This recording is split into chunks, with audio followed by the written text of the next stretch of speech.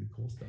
Hey everybody, it is Sunday afternoon and it is time for the D's and the D's. Let me get my camera straightened out here. Welcome one and all to Why the Hobbit Twitch channel, and we're going to play some Greyhawk Dungeons and Dragons. Pretty stoked for that. I'm Wily Hobbit and I'm your host, and I don't really have much housekeeping. We had a lot last week, some announcements and stuff, and all that rigmarole is done. We're back to all four players. And so I think the best thing I can do is to shut my yap and toss it to the man in charge, our dungeon master at Growed Up Geek, also known lovingly as Manny. Hi, everybody. Welcome to Greyhawk Lives. Really appreciate you guys coming out today on this Sunday. We always say that there's a lot of Greyhawk options on Sunday. Thank you for choosing us. We really appreciate it. Try really hard. We've got some great players and an average DM who just likes to do twisted things. So we work with what we got. As always, we will start by meeting our amazing characters. We'll do a quick recap, and then we will jump right in. And I know I say this every week, but big episode.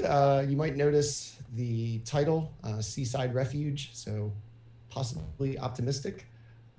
Let's start by meeting our amazing cast, who missed us last week because he was, I don't know, playing Dungeons and Dragons, so he couldn't play Dungeons and Dragons. I don't know. What a weirdo. Priorities, man. Robert, tell us about Storm Chaser.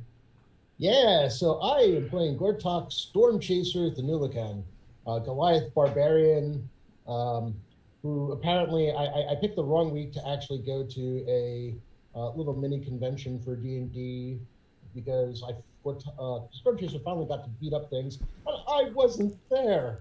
So I'm really looking forward to more things to put my axe into. Sure. Yeah.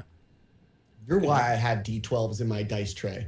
That's why. Yes. That's why. I was wondering now. I was like, where the hell did I get D12s? Once you always have D12s in your dice tray, you may never know when you're going to need them. I don't. I was like, barbarians need them though. That's what it is. All right. Yeah, we're glad you're back. Might get to smash things today. Who knows? Let us move on to our international correspondent and creative collaborator with me for the last week or so in this crazy thing we've got coming out this week. Will, tell us about Lapis. Is hungry and waiting for a pizza. No, wait, that's me. Lapis is enjoying his time away from the casino and has an asterisk because there's dead people and monsters everywhere. So by values of enjoy, this is a fun time. And a person just exploded and a monster came out of it. That's a new one. He's seen a lot of shit at the casino, but that's a new one. Fun times. Fun times when other people die. And you haven't had to deal with Tensor in a couple of days, so you got that going for like you. That guy. All right, let us slide over to the reason why we still have a full party, because things did not decline into a near TPK, which you could have. Our monk, Lewis, tell us about Beck. I'm Lewis. I'm playing Beck, who is a way of the Mercy Monk. And he is finding out just how, incomplete his studies are. Was put to the test last week in his healing ability on, the people he travels with. Realizing he needs to study their anatomies a little more, so he's a little more effective with them. Selme was just fine with your efforts, and there will probably be no need to study her anatomy, but thank you. You can study Storm Chaser's anatomy at your peril. Selme is happily alive thanks to my friend Beck. So I think you're not that close yet. I think your studies are going quite well. Yeah, like you saved my ass totally. Literally. All right, let us finish it up with our esteemed host and my very good friend and my dungeon master.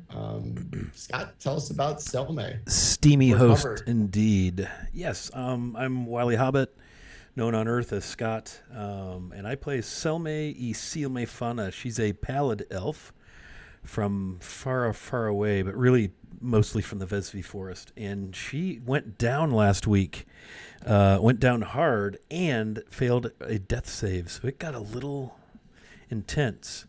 And I am Manny's Monday night DM, and I think he's avoiding me.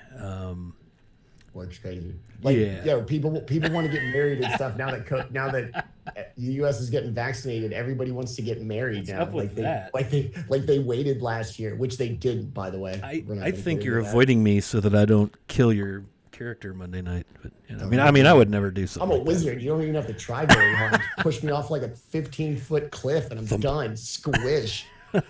All right. Yeah. So when I'm not being tormented about my squishy wizard, I can tell the future. I'm Manny at Growed Up Geek, Twitter, Twitch, Instagram, and YouTube. I'm your dungeon master tonight. In our take on what we call postmodern Greyhawk, we've advanced the timeline past the kind of established lore from 1998. I believe was the last published kind of timeline advance. So I don't have to learn all the lore, and our players get the space to tell their own story without this kind of rich backstory of, Greyhawk being the kind of classic campaign setting that it is. All right, so we are here tonight with episode 9. Episode 8, the party set off from the inn after waiting out kind of a rainy day.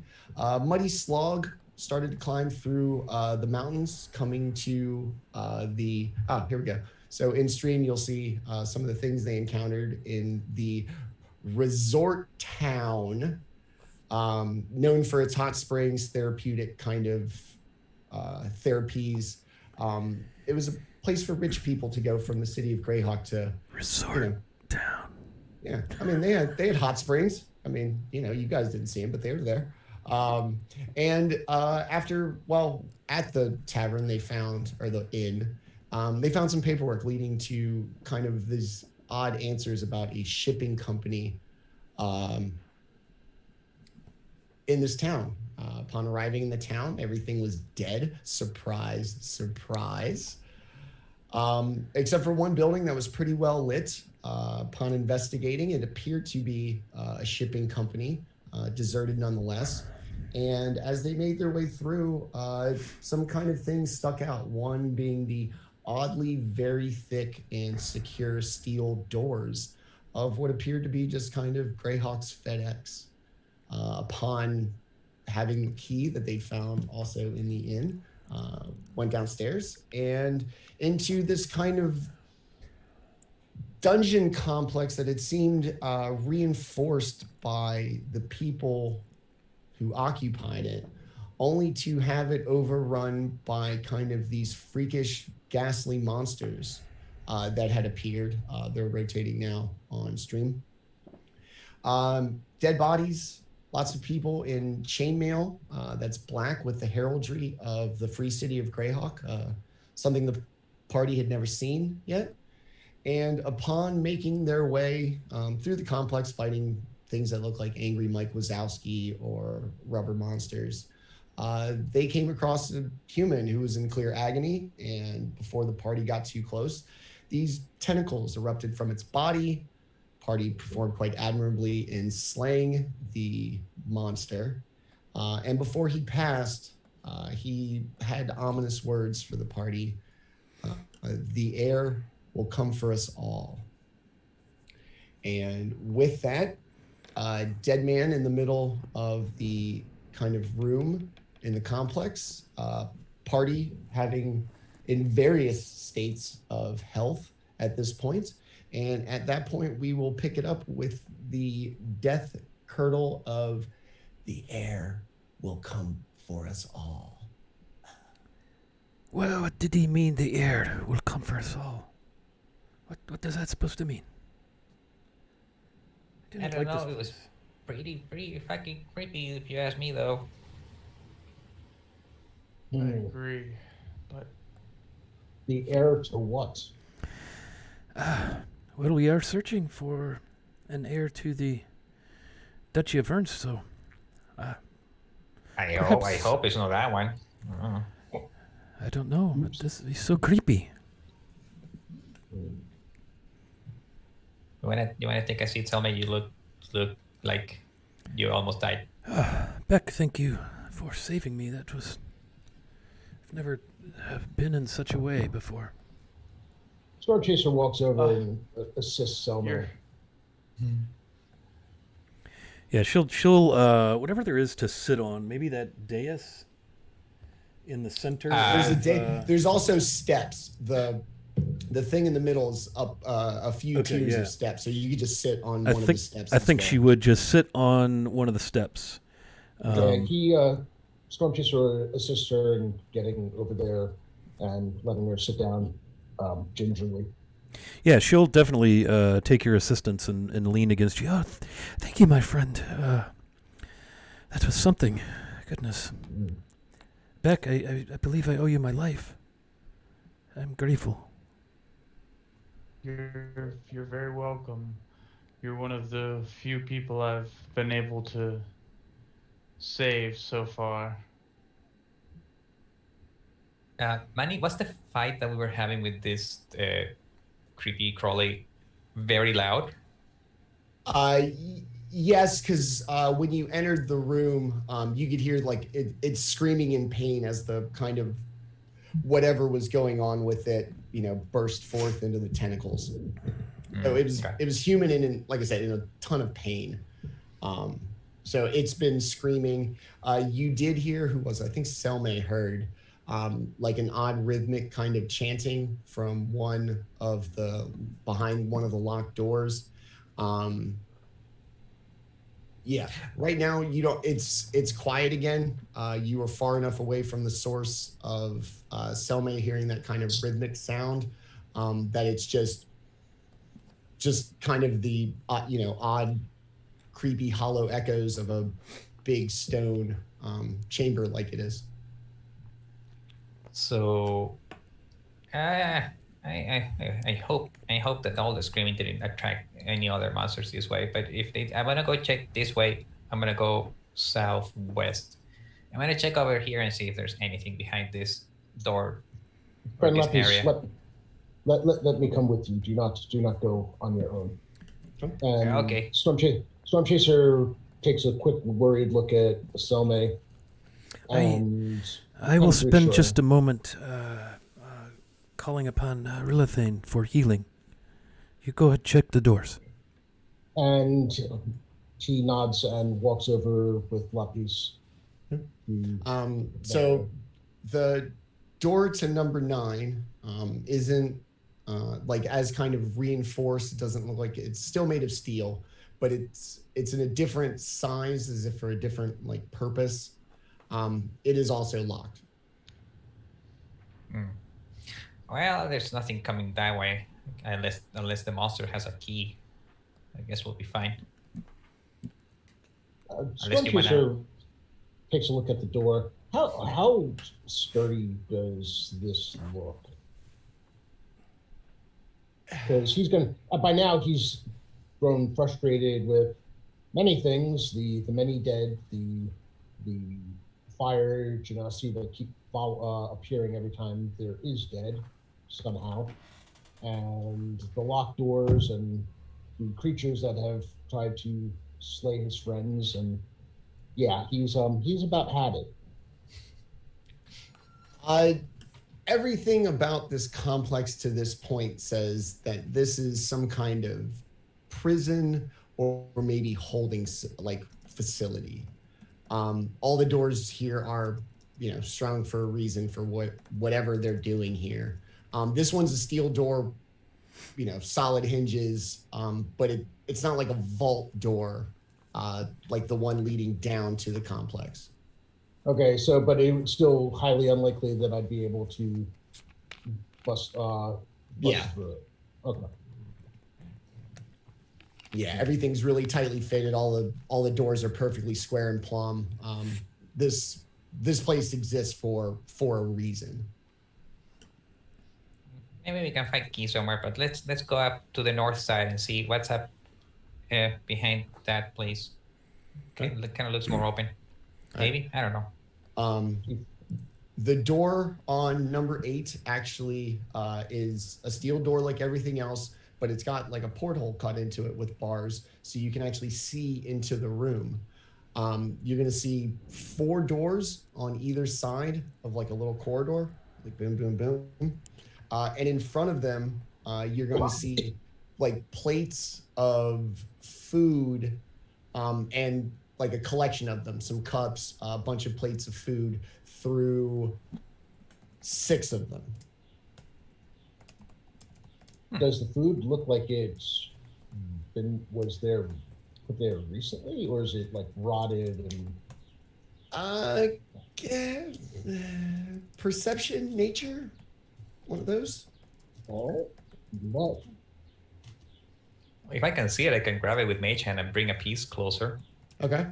Yeah, you may need to do that because a 4 is not going to cut it. I don't care what it is I'm rolling against. I know what I'm It's doing. I just can't see it.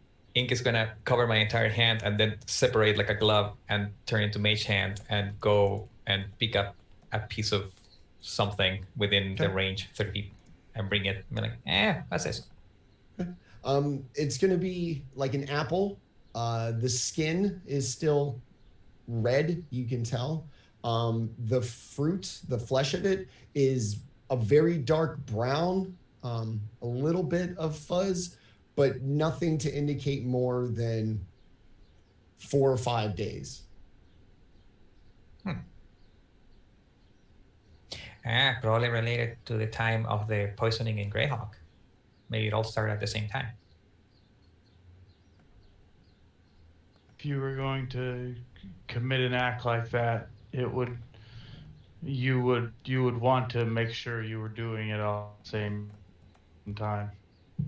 That makes sense. What happened? Is there any other noises? Selma, can you hear anything else?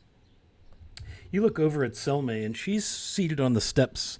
She's pulled a sprig of pine from her pack, and she's kind of almost as if she's dusting herself with it, kind of waving it over herself, and a very soft prayer in Sylvan for anyone who understands. And she's casting Cure Wounds upon herself. Because, ouch. Because the Dungeon Master... because the terrible monsters that we faced. And she'll cast that at first level because Ranger.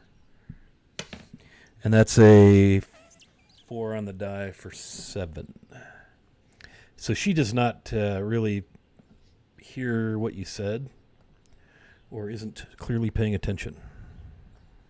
Well, werewolves are supposed to have really good hearing, so I guess not a werewolf. Yeah. Yeah. Maybe it's this. The Fourth level. Yeah.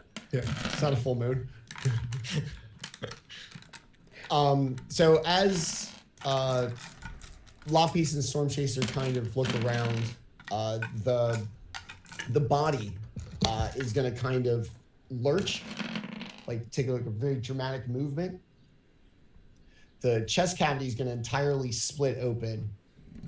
And it's just going to the whole body is going to like basically dissolve, leaving just behind the black chainmail and like the actual like physical remnants that aren't like the monster or the person it used to be. So it's just like a pile of stuff sitting in the middle of the floor with this kind of gray, almost like cloudy kind of thick viscous liquid like on the floor. This place is most disturbing. Yeah, this is not up to code. This is not a good resort. I highly recommend not being here any longer. But there's some person looks around and says, "I do not understand this resort concept. What it's supposed to be relaxing, and there's supposed to be massages and cucumber stuff, but this is not it. This is highly not it." Do you have prisons normally at resorts?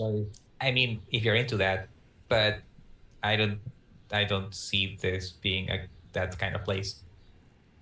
It's not enough leather here. Is there any in the around door 8? Is there any like keys hanging from the walls or anything like that?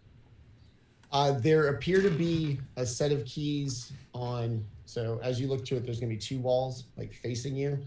There appears to be a set on the wall there. Well, I should probably reach out with Mage Hand. and I'll use mage hand. I always forget as the hand moves. I'll forget to check if the doors are open before I start to feature with them. I'll get the keys back and I'll hand them to Storm Chaser. Here you go. I'll cover you back, just in case. You open it. Stormchaser doesn't think anything of that because that's what he would want anyway. So he fumbles with the keys because keys are not something he's used to using.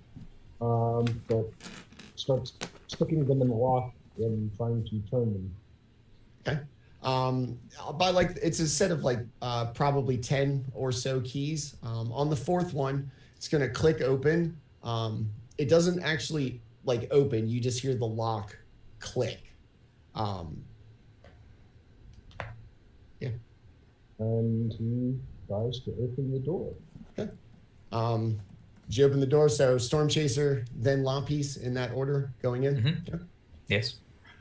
As you go in, you kind of get this slight hint of a smell. The fruit, as you kind of go along, all seems to be still from no more than 4 or 5 days ago. Some of the cups that have been discarded outside of what appear to be prison cells still actually have like water in them. They haven't been here that long for even that to evaporate. So okay. the cells, do the cells have actual doors, or are they more like bars? They're all bars. Inside, you can see like straw beds that look relatively fresh. They're still kind of a bright straw yellow, not that kind of like faded, ill gray of old straw. The burlap over the top of them that's used as a covering seems relatively clean. And then by the time you get to the last one, there's a dead body in it. It's in a long black coat, has a large black hat, and an odd bird-like mask on its chest. Huh. Would we have seen when you... No, you did that on your own, Beck, when you put the dying person at the inn to rest. Yeah. You did that by yourself? Okay, Yeah. we didn't see that. But I like having, I guess, hearing that description, it almost sounds like they're wearing something like me. Yeah. So I'm so thinking that Lapis would have been doing a running commentary of, there's nothing. Food's going bad. Don't mind to drink their water. But they have a jail. They don't have anybody. And oh wait, there's somebody. Oh, they're dead. And they'll start describing what Manny was describing about the mask. So you would have heard the mumblings.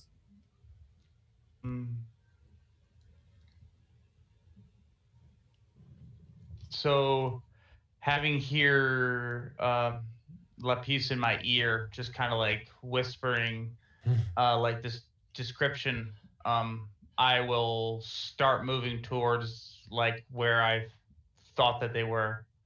Okay. And I'd like to investigate that cell. Okay. You guys still kind of standing there? Yeah.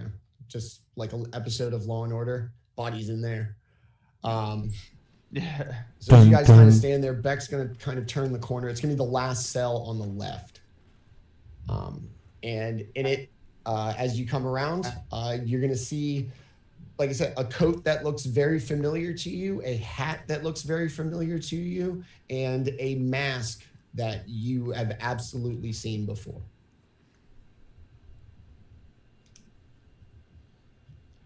He turns to Lapis. Do we want to go inside and check it, or leave it? I think I'll leave that up to you and Beck. I'm gonna go keep a cellmate company because we shouldn't be alone in this place. I'll ask Storm Chaser to help me break in the door. Okay. Well, the door. I'm assuming. Yeah, the door. Lapis has all the keys. No, I gave them to Storm Chaser. Oh, I okay. have them now. Yeah. Okay. Storm Sorry. Chaser fiddling around again, waiting to find the right key, trying to lock it. Right. Please, Storm Chaser, I must get in there. Hurry. And he keeps going until he gets it in. When he does finally, assuming he's able to get the right key and open it, he puts his arm in front of Beck and goes in first and gently at a distance pokes the body with his axe just to double check that nothing is going to suddenly rise up and, well, yeah. So you poke the body. It is slightly stiff, but upon poking it, there's no indication that it's anything other than like a dead body. The skin's kind of gray, eyes a little sunken, cheeks a little sunken, skin a little saggy. Nothing in any way similar to any of the just freakish monstrosities you've encountered to this point. So I'll push Storm Chaser's arm like to the side and move in and kind of like grab the body and like hold it. Just kind of sit there and I guess Storm Chaser will hear me start whispering to it, and you'll hear me start saying, I'm sorry I couldn't help you. I'm sorry I didn't get here in time. I tried. I don't know what's going on. I don't know who did this to you.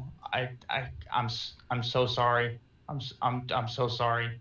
And you'll just see me kind of like pull the body like closer to me. Storm Chaser puts a hand on Beck's shoulders and just puts it there. A very, for him, a very gentle grip. It would probably still be firm on his shoulder. And his friend Beck, did you know this person? This was my teacher. This was the doctor. This was who was teaching me. I am sorry, my friend. I don't know why they're locked in a cage like this. He did nothing wrong. He did nothing to anyone. How would you like? How do your people honor your dead? You shall make sure that it is done.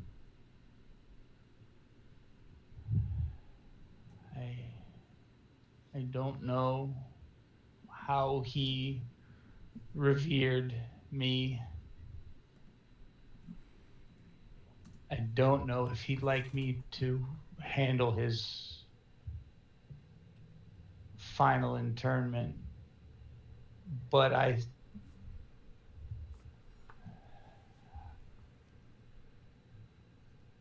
we should burn him. Of all of the things that have come from this situation, and forgive me for saying this, but it's something that I've seen those druids speak of, and I agree with what they say. Sometimes fire is the only cleanse that this world deserves. People like this, good people, get lost for no reason. And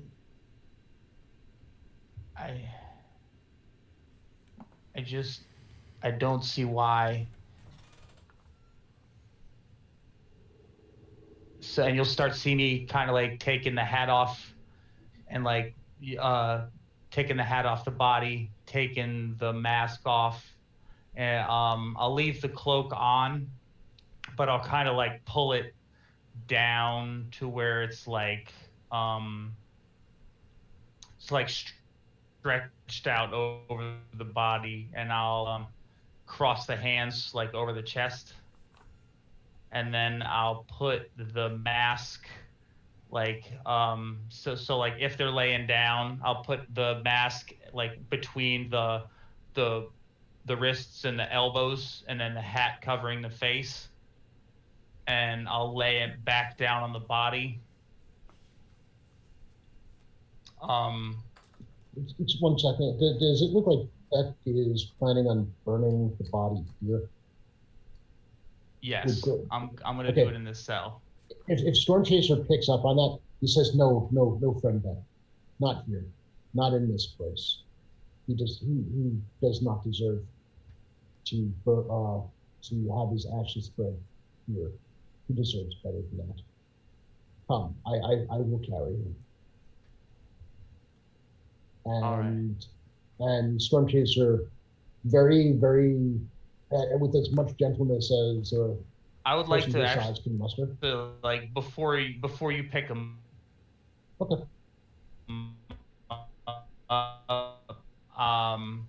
I was going to like through the pockets and anything, see if because he basically he liked to keep stuff in his coat pocket just like I do. That's basically where I got it from. Like in his interior, like out had like just kind of like random stuff inside of it. I'm just checking to see if he would have left anything. I take it he's in jail, so you know he's not gonna have like a lot of stuff, but he may have like had like a note or something like that. Inside like a little secret compartment like up here in the shoulder, you're gonna find a little tiny like end of a feather, a little even tinier bottle of ink, and like a little piece of parchment that it basically details his captivity, about being captured by the Black Guard from the Blackfriar Manor, and how the last entry he speaks of the outsiders and I are to be moved to what they call Storage Facility North.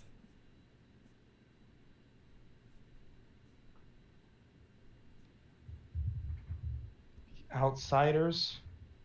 Outsiders. Okay. Move to Storage North. Storage Facility North. Okay.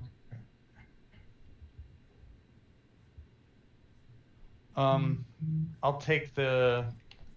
I guess since it's like a small, I guess it would be like a equivalent of like a pocket, like like a pocket note set. So yeah, I'll just kind of like fold it back up and stick it in my interior coat pocket, and I'll take his hat and his mask in my hands as Storm Chaser takes the body. Okay. You're gonna pick the body up. It's gonna, kind of expel nasty smelling gases, as it's the first time it's kind of been moved, probably since they passed. You're gonna just kind of respectfully carry it respectfully, right? Yeah. Oh yeah, as absolutely gently as you possibly can, taking every care, making sure that she gets through the doorway without issue. Very solemn. He's very solemn. His face is kind of a mask of stone right now. There is almost no expression visible on his face as he brings the body forth. You're gonna pick the body up as respectfully as you wish to, show respect to not only the departed but to your friend Beck. You're going to carry it out into the big room. It's going to be a little stiff, so it's not going to kind of conform the way that like a live body would. You still have no problem, being of your size, and you're going to bring it into 7.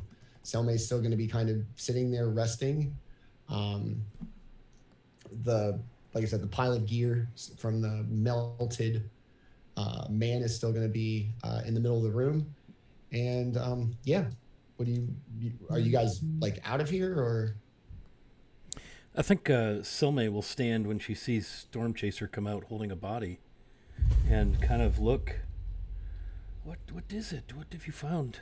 So I'll look at Silme and Lapis, and there's something I must attend to outside of this horrid place. What is it?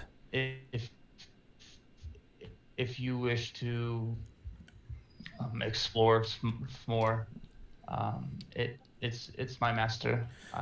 I've found. Oh, it cannot be. Yes. How is your master here?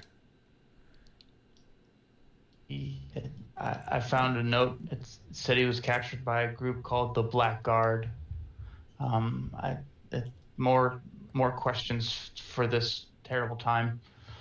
So many secret organizations with devious plots. It's too many to count for such a horrible thing to happen. I don't understand. I can't lay him to rest here. Yes, of course. We will join you. We will pray for his soul and for your peace. My peace is far from. I wish to find out. Answers are the only peace that I shall find. Yes, of course. Let us tend to him at once. I'm so sorry. It's all right. I wish to do this myself. So if you wish to help me send him off, then join me in a couple of hours outside, and I shall wait for you. I will do so, of course, as you wish. I'm so sorry. And she'll kind of put her hand on his arm and maybe whisper a blessing of energy and peace from Rilifane, Ralathil, and harmony. In Sylvan probably doesn't understand, but she'll just bow her head, and that'll be that. Storm Chaser waits until Beck is ready.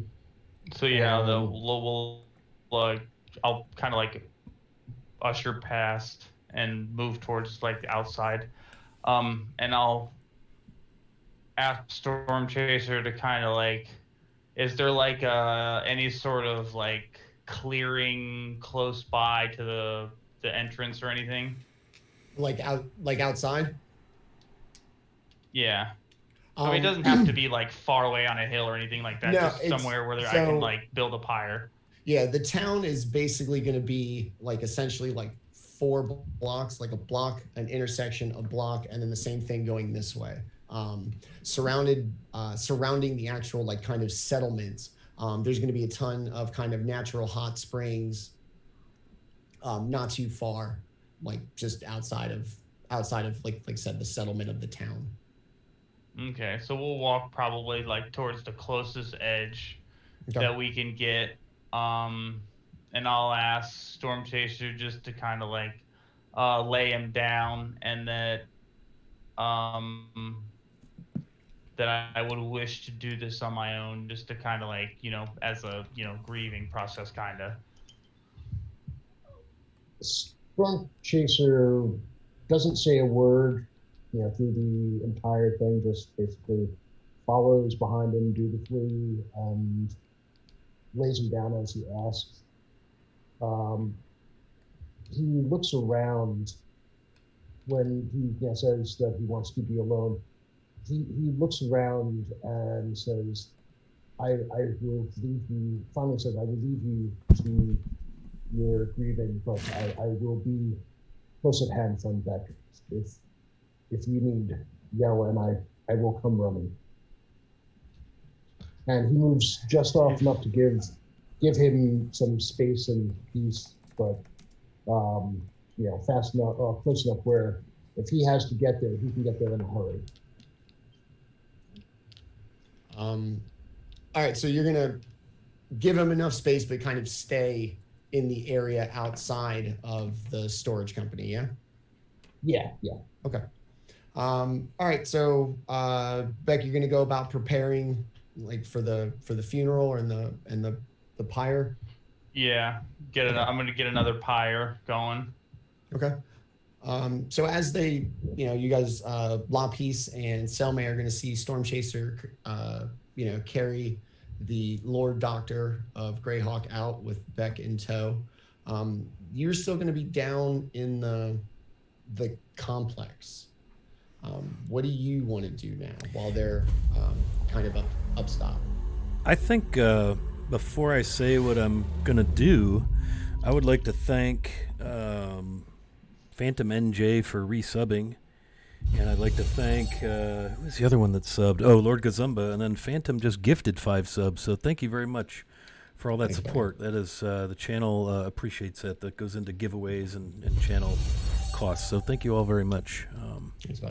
And welcome, Time Lord's wife. Thank you for the follow. Okay, so back in character, I think Selmay will spend an hour of this time with a short rest. She still needs to heal, and so she'll spend that time meditating with Rilliphane, praying earnestly for a restful journey for Beck's mentor, and praying gratitude to Beck for saving her life, and to Storm Chaser, who stabilized her during the battle. And she'll use that time as a short rest to spend, I think, probably 3 hit die. All right, so Selmay probably still seated on the steps in quiet contemplation and prayer, trying to get better. Lapis, handful of keys. Let's go open some doors, buddy. I'm hoping that Storm Chaser left the keys somewhere, probably by roommate. I imagine that after the whole scenario, I don't know if Storm Chaser would have kept the keys with him or would have dropped them when picking up the body. Well, I guess the question to the answer to that is probably, if I assumed that the keys that were on that ring were just basically for that lock, because there's like 10 keys and there's 8 or 9 doors. 8 doors. I probably would have just dropped the keys there somewhere. That makes sense. Assuming that I would have gone in and checked and hope, because I wouldn't have interrupted the procession to get the keys. So I'll go up to roommate. If the keys are there, I want to try and open door number 9, because I still have temporary hit points, so I'm feeling brave. Okay. So let's go check that out. One of the keys fits door number 9. It opens up. This place looks a lot more hospitable than anything else to this point. There are candles. There's incense burning. It seems like an office / apartment almost. And it's a very nice bed. Looks pretty comfortable. Better than what you would stay at an inn. Some fresh food, fresher food scraps on a table. What else? 3 big jars of water, like storage jars, and then a desk. Sorry. Let's start looting the desk and see if there's paperwork, so we can start naming some names and hunting some people. In the desk, you will find another sheet of paper with the header for the shipping company. It is going to have 1, 2, 3, 4, 5 names on it. Cyrus, Helios, Son of a bitch. Galeth, Austin and Evig are the names on the list. And at the bottom, it will say transferred to storage facility north. And the date on it is 3 days ago. Bit of that piece of paper. I'm gonna grab another one that's blank. I'm gonna scrunch that one in anger. No, I'm not gonna scrunch the one with actual information. There's nothing else in the desk. But no, you're safe. Is there anything else on the desk? There's a letter. Like a phoenix quill? No? Okay. Letter. No. Tensor, I knew it. Bastard, it's everywhere.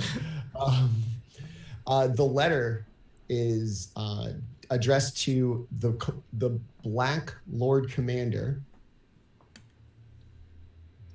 And it is what appears to be a very sincere and almost groveling letter of apology for allowing the death of, quote, the doctor. Huh. Okay, I'm gonna grab that. Nothing else on the desk? Nothing else in the desk. Okay. Let's. If only I was a rogue. Anything hiding like under the bed or anything like that? No. No. I'm just like, you want to give me a investigation or something? Oh yeah, I need to use a dice for that. Manny, did you say that was to the Black Commander, that letter? The Black Lord Commander. Thank you. Perception. Oh, natural 20, 23. Okay. In the room, it doesn't seem like anything. It does appear to be, like I said, probably compared to the cells that you just saw. This one was probably inhabited by somebody involved in the facility, like the caretaker, or just somebody kind of well-to-do in this complex. The place seems very lived in, very nice. And everything seems to be, especially the letters, dated within the last 3 days. Okay. Then I'll be done with the room, and then having a realization, I'll go back up to the jail cells where everybody was and see one of them has any loose white feathers. Okay. In the second to last cell on the right, there will be a large, just a white feather about yay big. Okay. I'll pick that up and I'll save it. And I'll be angry for a while. And I'll go outside and I'll sit close to Selmy while Selmy's resting. Not too close so I don't harsh Selmy's mellow, but I'll just be fuming there for a while. So we'll say an hour into, or a little more, into Beck and Storm Chaser outside. What are you guys doing after an hour? What's your situation look like?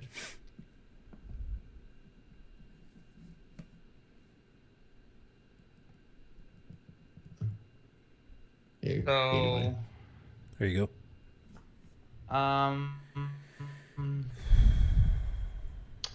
So I'll have the pyre built, and I'll have kind of like wrestled his body over to it, and basically in the same manner I'll have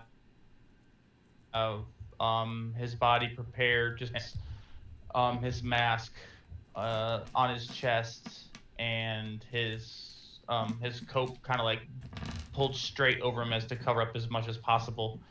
And then I'll just kind of like be sitting there looking over, doing studies, like anatomy studies on the body, as just kind of like a final teaching lesson kind of thing. Give me a medicine check.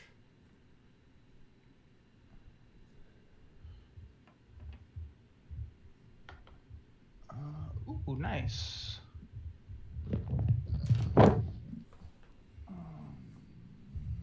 24.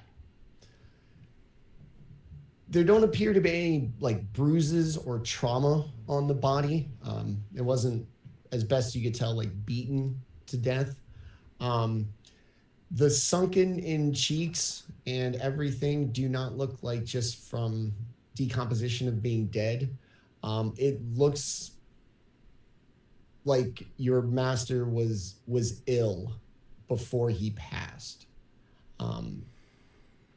Not of the poisoning, skin's not that ugly gray or anything dramatic, but just suffered from an illness that probably plagued them or perhaps even contributed to their death.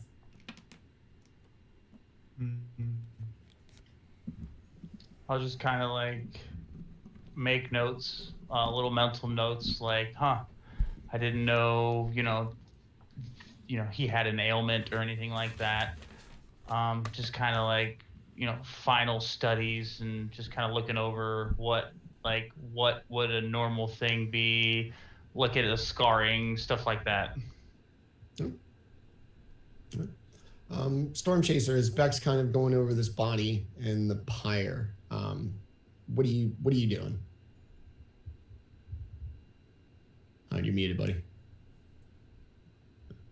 Sorry, I was talking to anyone. Yeah, so he's keeping an eye out.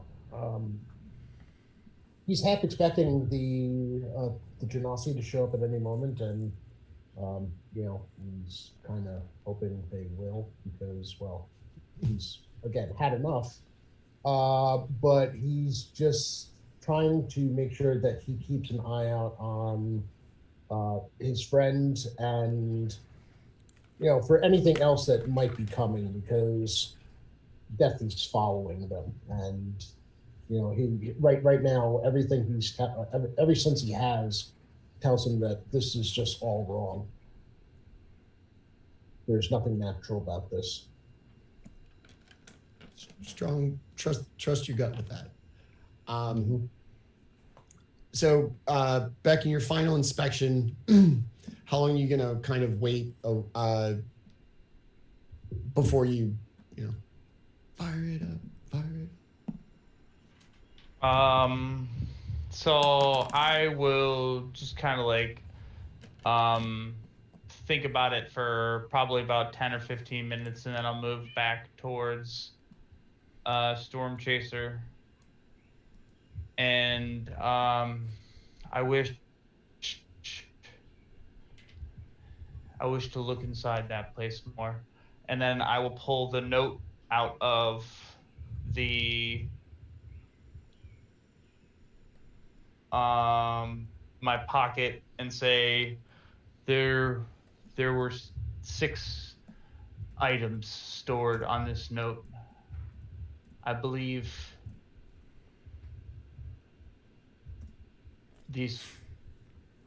our masters may have been these items. My master is now dead, but it doesn't mean we won't find any evidence of more. Storm Chaser nods. Is the body burning at this point? Plus, no, I haven't lit it yet. As Selma made the wishes to kind of like be there. Okay. All right, so you're gonna get it set up, and then the idea would be to go back down.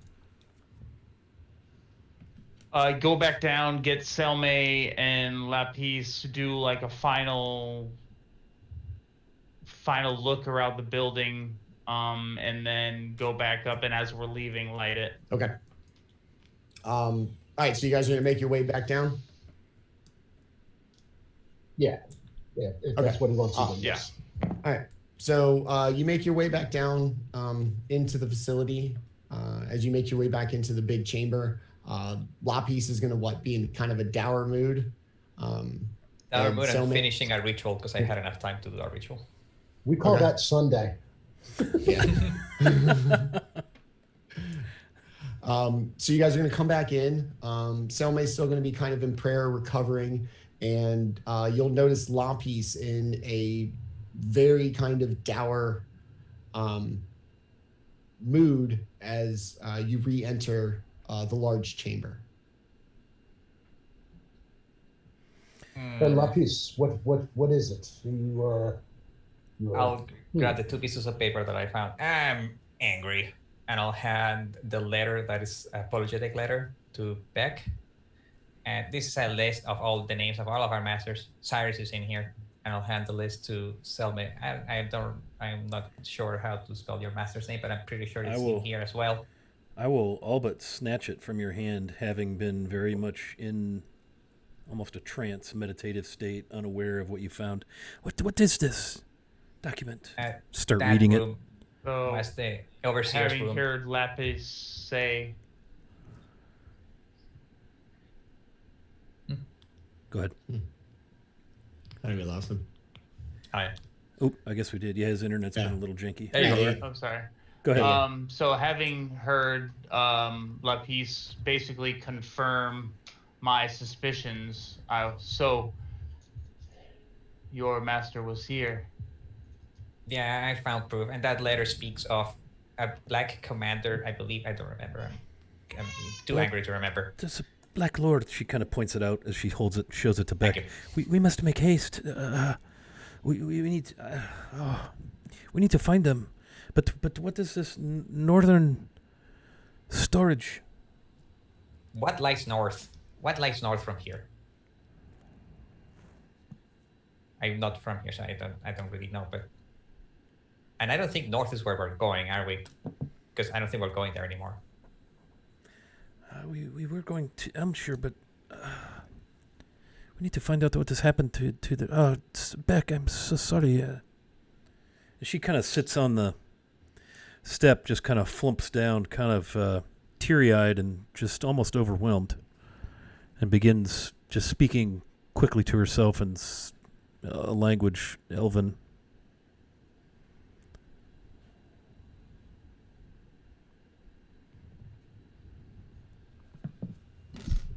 Manny, quick question. Would I be able to possibly track them as far as where they went? Because I'm assuming that whatever went to the storage facility north was probably the last thing to have gone to the storage facility north. It did rain quite heavily the day before, or actually the morning of your travel. So anything from before this morning is probably gone. Your walk through the mud up the mountain into Steaming Springs, because of how hard the rain had fallen, and just as an observation, there was not a lot of foot traffic to or from. Okay. So as I hand the letters, I'm gonna be finishing my ritual, which is detect magic, because I figured I have it and I have the time, so might as well cast. So I'm gonna make some ink-based sunglasses in my left hand that I can wear and see magic through them. On the, what are you using? I'm sorry. No, we're doing the map stuff. Let's do that, and then I'll do my stuff. Okay. Have you? She'll kind of look up at Beck. Have you taken care of your master? I shall do that as a final thought of this place. The last thing I think of this horrid place. If I may, when it is time, I would like to confer a blessing from Rilafane onto him. I think that would be okay. Of course.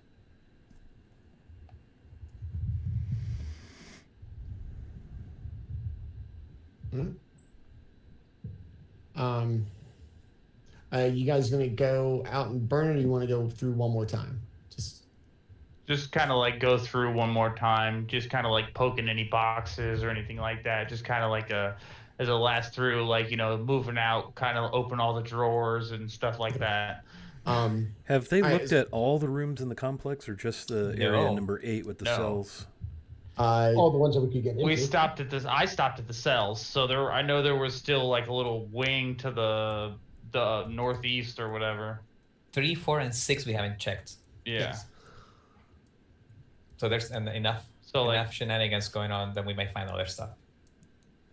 So like I was walking towards that area, and then I heard Lapis like in my ear start like describing my master, and you just heard like little half-elf feet running through the halls.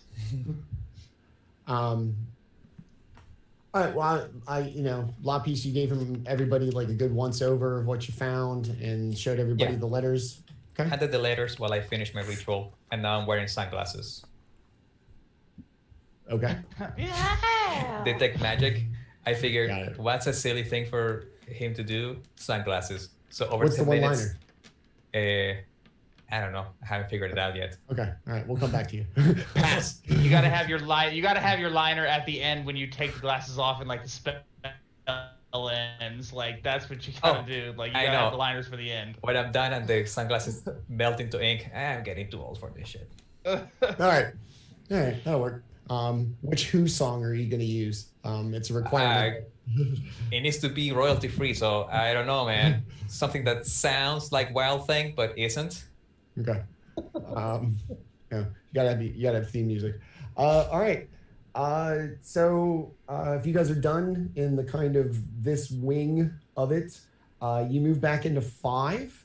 The big pile of debris still sitting there, preventing whatever they were afraid of. From this side, it's a lot easier to navigate. All the barbs and everything are poking as if you're going in the direction you're coming from.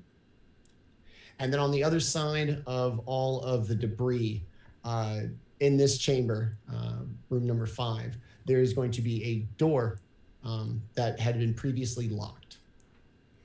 I think coming back through, Selma will, she fired 4 arrows, so she will recover 2 of them on her way back through. Okay. And I can sense magic within 30 feet. So if I sense anything magical other than my personality, you let me know. 30 feet.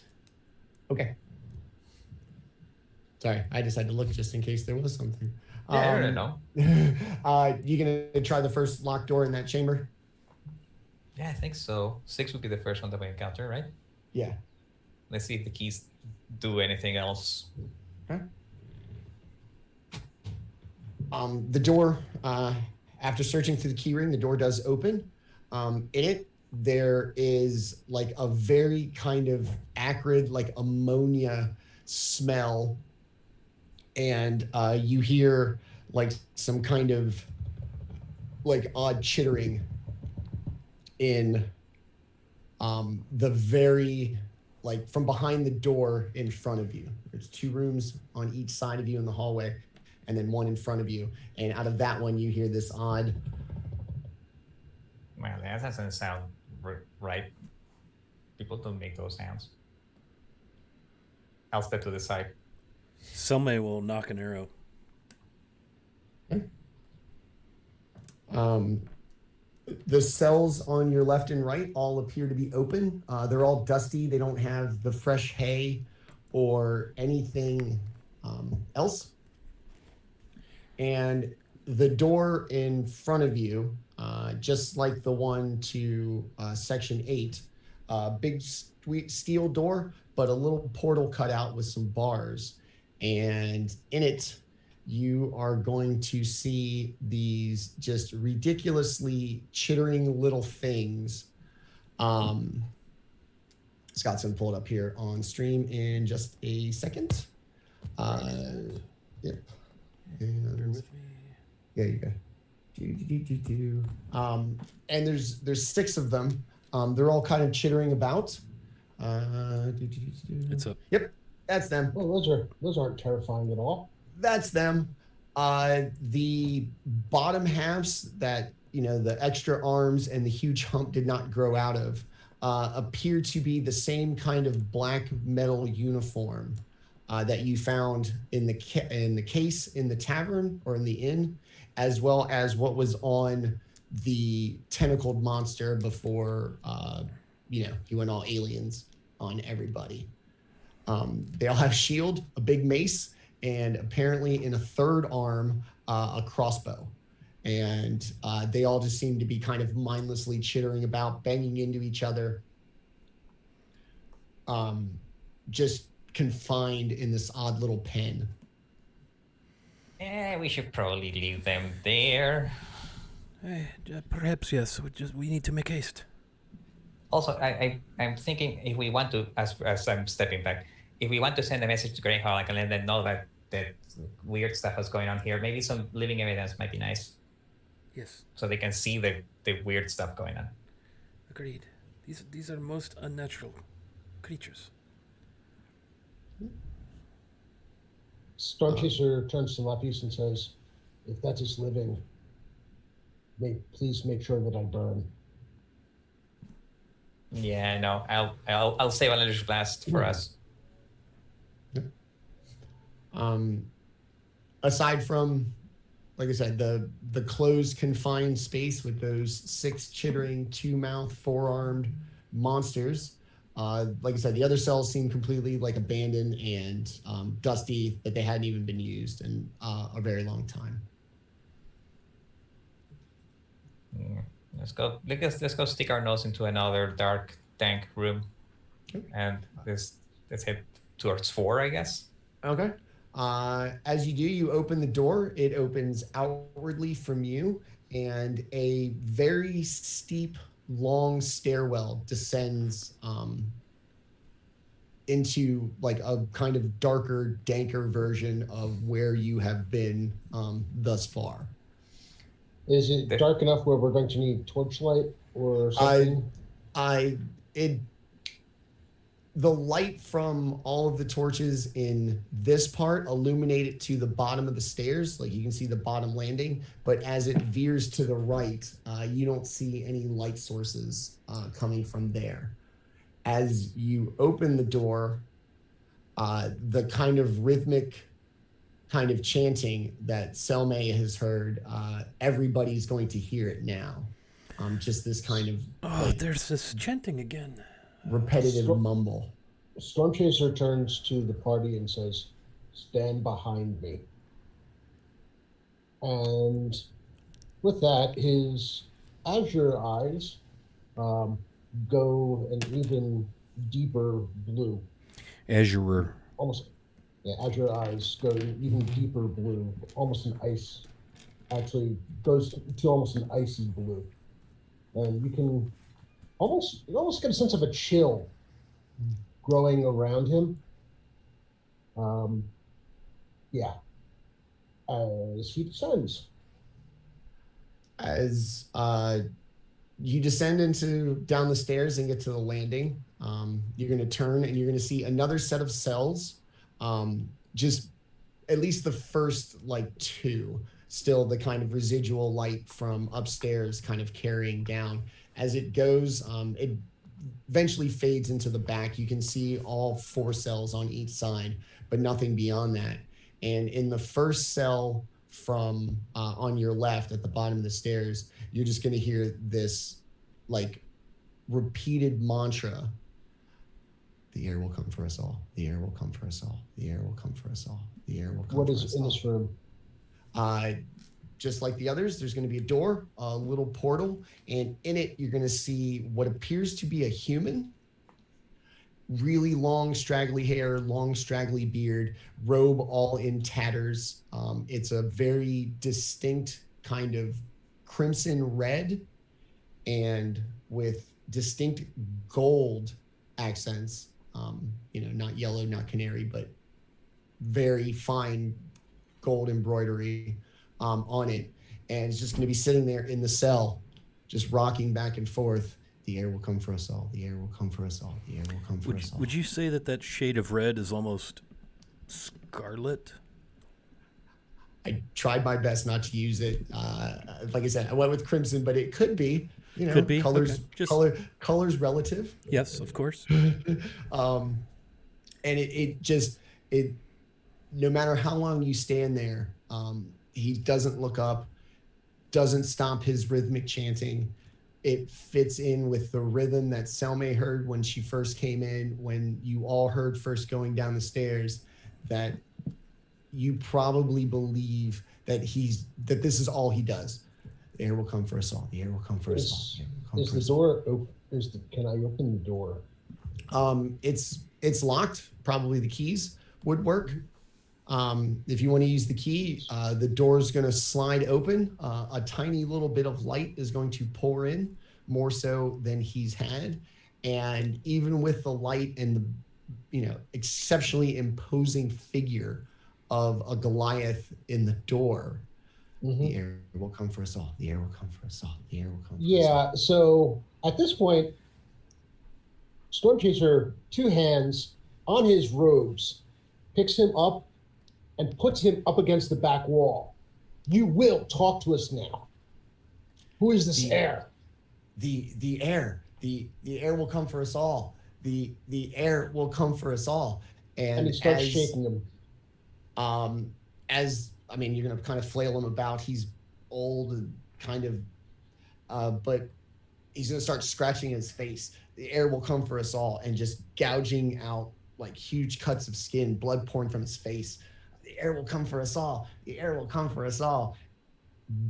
Almost barely acknowledging like the kind of physical assault of Storm Chaser. Storm Chaser stares at this for a few seconds, spits to the side and says, bah, and just drops him in a unceremonious heap.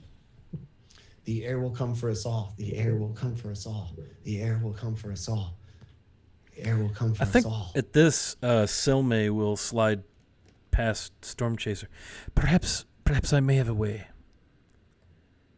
And she will go to him and kneel in front of him and place a hand on his hand, kind of clasp his hand in hers, and quietly, probably beyond the perception of the others, she will begin speaking. Hang on a second. Again, in Elvish.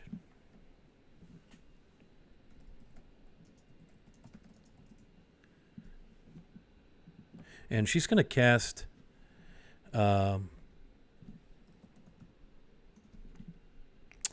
Person.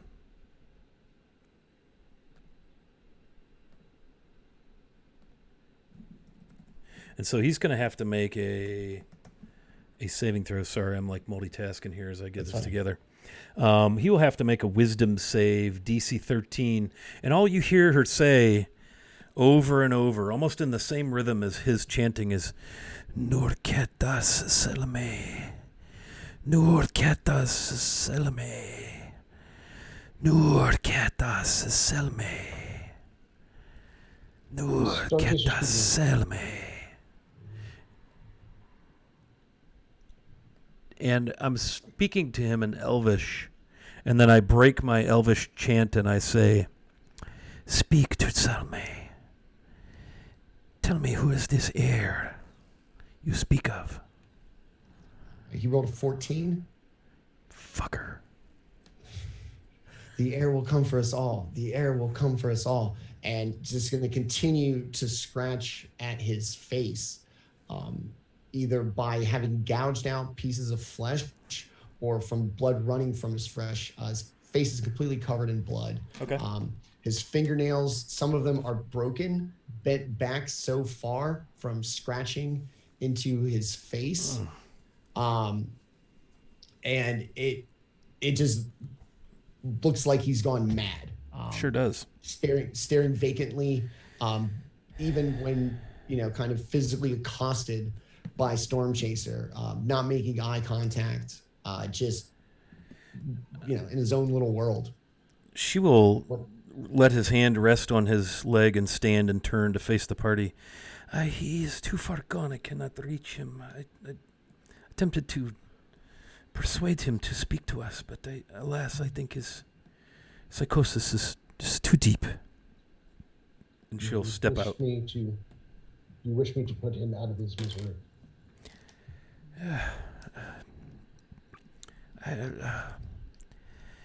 Perhaps that would be merciful. I do not wish I would like to end my days in such a state. And she hangs her head and walks out. Storm Chaser turns to the others and says, "Turn away, my friends. I will take care of this." Is there any magic on this person that we encountered? No, just naturally gone. Okay. Well, that sucks balls. I'm gonna step back. And I'm wondering, DM, would it be possible for Selmay to somehow maybe recognize anything about the color of the robes? Thinking back to the fact that she's heard about the Scarlet Brotherhood in connection with the deaths and the murders and the plague and what else did you do? Some research, perhaps? Oh crap! I did, didn't I? Yeah. Yes. So that would be an out and out intelligence roll, then, wouldn't it? I'd give you history too, with advantage, since it was just like 2 days ago that you read up on this. All right. So as soon as they turn away, Storm Chaser goes and brings the guy, gets behind him, and snaps his neck to put him out of his misery. It's going to go, eventually, like choke him out, or one of those. No, he's going to do it quick. He's going to do it quick. Just okay. For the first time, the air is going to go silent and still as the muttering stops. The body's just going to kind of go lifeless, and there's going to be like a peace, not this haunted kind of odd psychotic chanting. So what'd you get on your history? 12. Some of the books that you saw had basic illustrations of kind of ranks of the membership of the Scarlet Brotherhood. These kind of robes and the descriptions that you read would lead you to believe that this was probably kind of a low-level foot soldier of the Scarlet Brotherhood. Have you noticed the robes, the scarlet color? I believe this to be a sort of a lower-ranking member of the Scarlet Brotherhood, sort of a foot soldier, if you will. Storm Chaser looks to Selmay and then looks back, and he's has a thoughtful look on his face for a few moments, and then he says he can be looked after by his gods. We have our own to attend to. Yes, of course. And shuts the door behind us.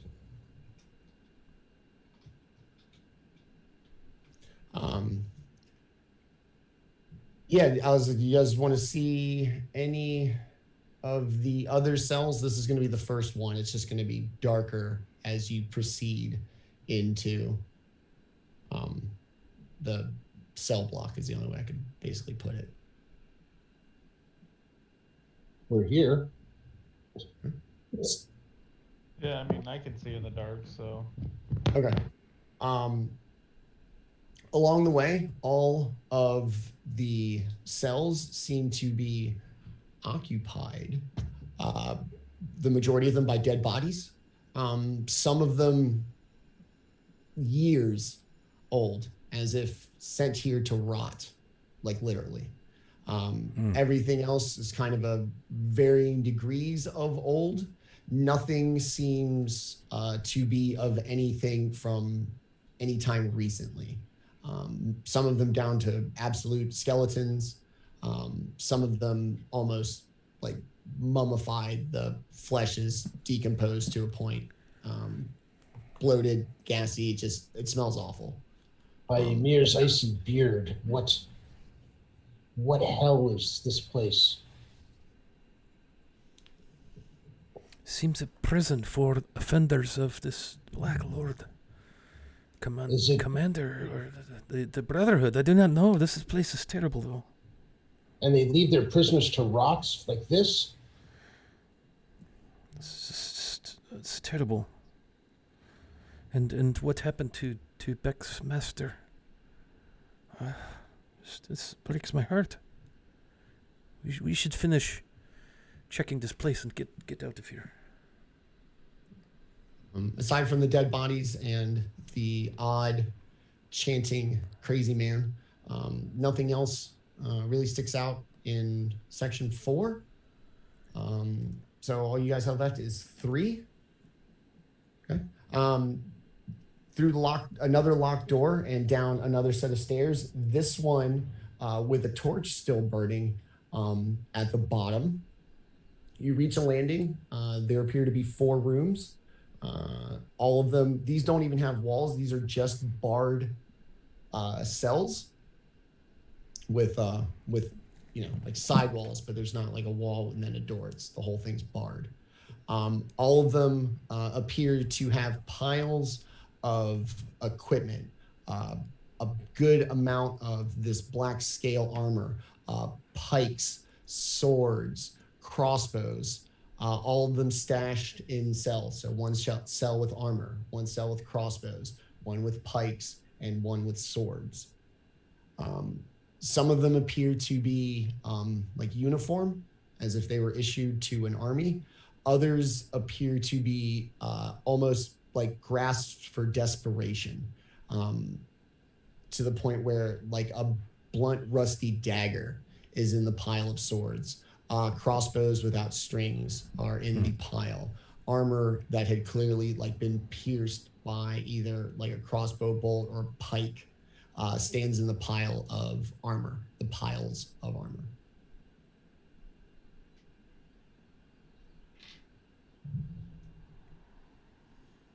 Is any of it? I know you mentioned a couple of like really garbage pieces. Is there anything of noticeable quality? The black chainmail that you've seen a couple times, including in the tavern or the inn, and on the little two-mouth freaks, and then the guy with the tentacles, appears to be very good quality.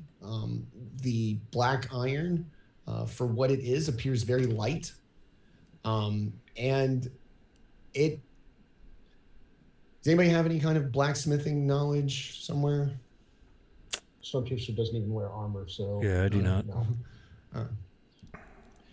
This is the wrong party for that. As best you can tell, it looks very similar to the city guards from Greyhawk, aside from its color.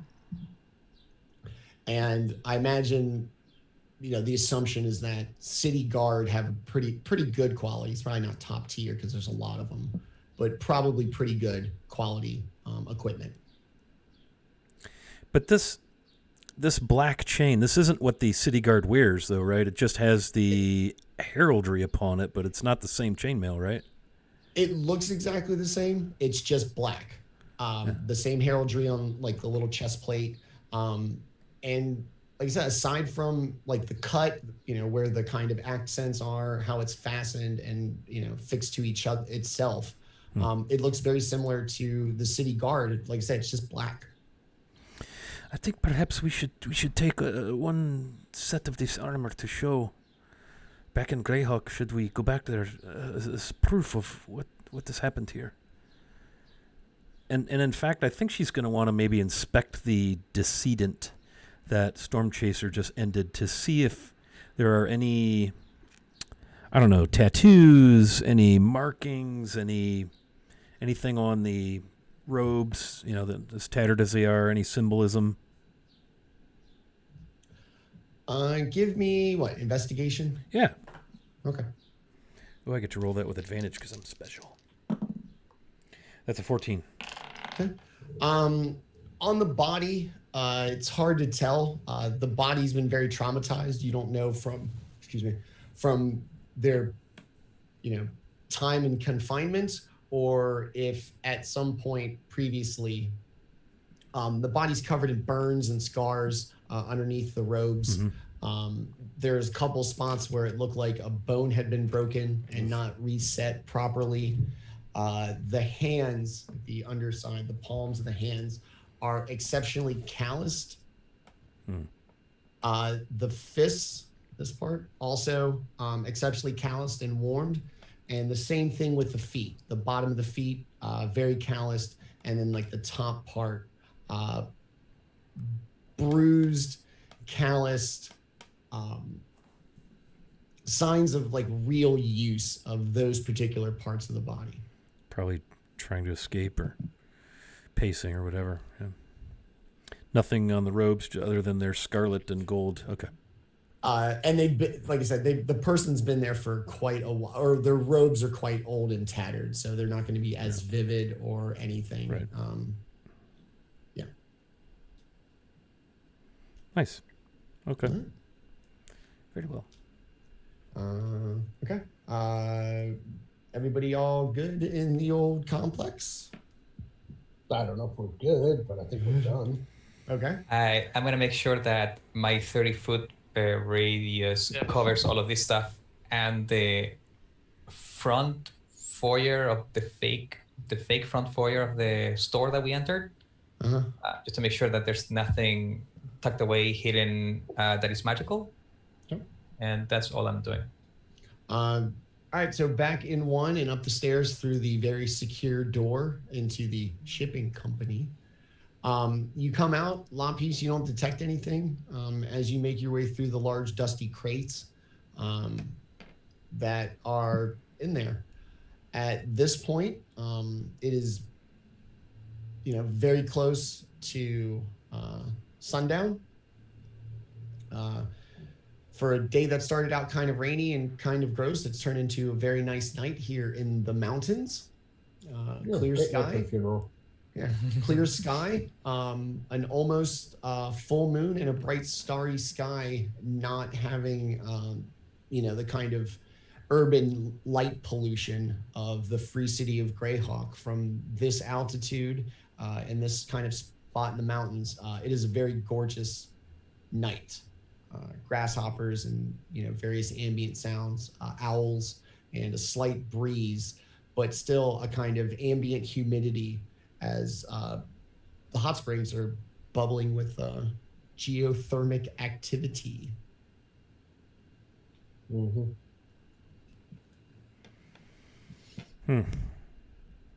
Friend Beck, we should attend to your master, your teacher. Yes, of course, we should.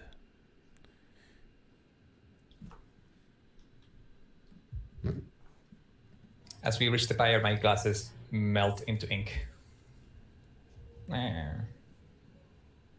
Trademark. Should have kept them on if you're going to burn a body.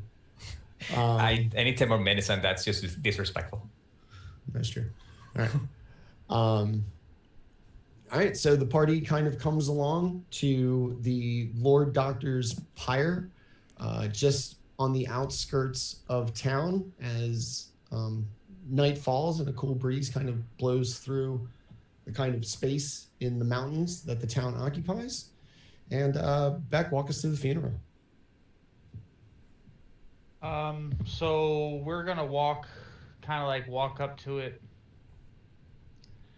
and I'll ask everybody to stay off to one side, and then I'll kind of walk up, and I didn't know him as well as I thought I did. It seems he still has more to teach me, even in death. I hope that I can use everything that I've learned from him for him. and then I'll look back to the group, and then I'll light a torch and then throw it on the pyre. Okay. As Beck lights the pyre, Selme will approach and just hold two hands out in front of her over the pyre as the flames begin to catch on the tinder and the brush and the smaller flammables. The smoke begins to swirl about. And in Elvish, Lord esse rilefein aist tai arsenda ar harmonime an I journeme. Does anyone speak Elvish? I do not believe so. Nope. I do. So you would have heard her praying over your mentor, saying, "May Rilifane bless you with peace and harmony for the journey." And she just quietly steps back. I'll put my hand on on her shoulder as she says that, and thank you. As soon as sorry, go. No, go ahead. I was going to say, as soon as Selme had finished with the invocation, Storm Chaser starts to sing. He sings in giant kin language, the song of death of his people, singing of days past, days that will not be, singing of loss, singing of new journeys beyond the realm of the dead. It's very, he's got a very deep bass to baritone voice, and he's obviously not going to be bard quality, but it sounds almost like a deep reverberating chanting. But there's enough differentiation in the words that you can pick up that, what he's saying is different with each verse.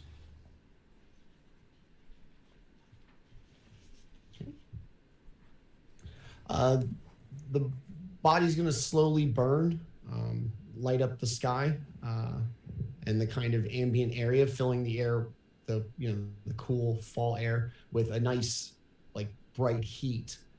And as the fire burns, everybody's stand there respectfully, kind of doing your thing. Yeah, I will be bowed. My head will be bowed. My cloak back up. Hood, I mean. Everybody give me a perception check, please. Oh, come on, give me Genasi, please. 12 for Storm Chaser. Okay. Dirty 20 for the elf. In a state of reverence, I have a 6. Hurt. I'm fiddling up with my master's feather, and I got a 14. Okay. You're going to hear the kind of shuffling of feet on the dirt road and a kind of monotone voice from behind. I see that our ways are spreading. It is good to know that the universal truth of the flames is winning out in these dark times. And behind you, you're going to see a Fire Genasi druid and a Fire Genasi cleric standing there, eyes just big, mesmerized by the funeral pyre. It would seem we are moving along the same course through this world, where we find each other in these turning point moments of history, to know that we are on the right side is very comforting, to know that we are shown the correct way. Storm Chaser turns on them and his face is absolute pure fury at this point. And he says, "You speak of the same path. You speak of being on the same side. You seem to know where death is to be found, and yet you can only arrive after it's done. Who are you to speak of sides? Get from us. You have no place here. Get from us, or you will face my axe. I have had enough of you." We come and we shall leave in peace. And if history is any foretelling of the future, we will see you again. The whole time do they're not the wish whole to time see you again. She gets mad. they're talking. At no point have they made eye contact with anybody. They're speaking, but mesmerized by the flames. Fire is the ultimate cleanser of this world, but not of the soul. For the first time, they're going to both look away from the fire and look towards Beck. We send our condolences for your loss, and we will honor your wish to respect your privacy at this time. And as they do, they both kind of give like a very reverent and respecting bow. And without turning their back to the party, they're going to just kind of back away down the street and off into the darkness. The storm chaser is actually enraged right now, and the party can feel the cold. Like it is, where there was just a trace of it earlier. About 10 feet all around him, there's a noticeable drop in the temperature despite the fire raging nearby. And his knuckles are basically almost pure white from as hard as he's gripping his axe right now. Okay. You're going to watch them, like I said, disappear into the darkness. The pyre's still burning. And with that, we'll take a quick 5-minute break, having given Storm Chaser his dream to meet his Genasis because he wanted them. We're going to take a quick 5-minute break and see where the party wants to head after the respectful burning of the Lord Doctor of the Free City of Greyhawk. It's 2:38 right now. We'll try to be back in 5 minutes. So hopefully everybody sticks around. We'll see you in just a bit. Thanks for watching. See you in a second. See you shortly. Don't go away. Come back.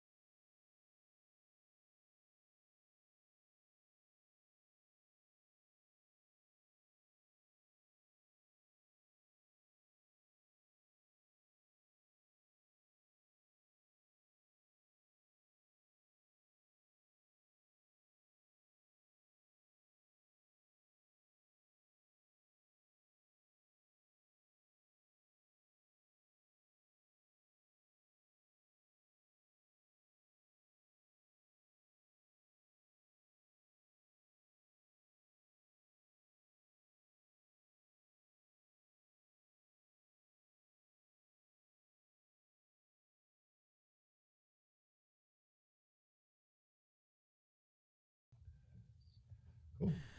Okay, we are back, friends. Thanks for hanging out. Manny, continue with the bright, cheery, festive tone you're setting.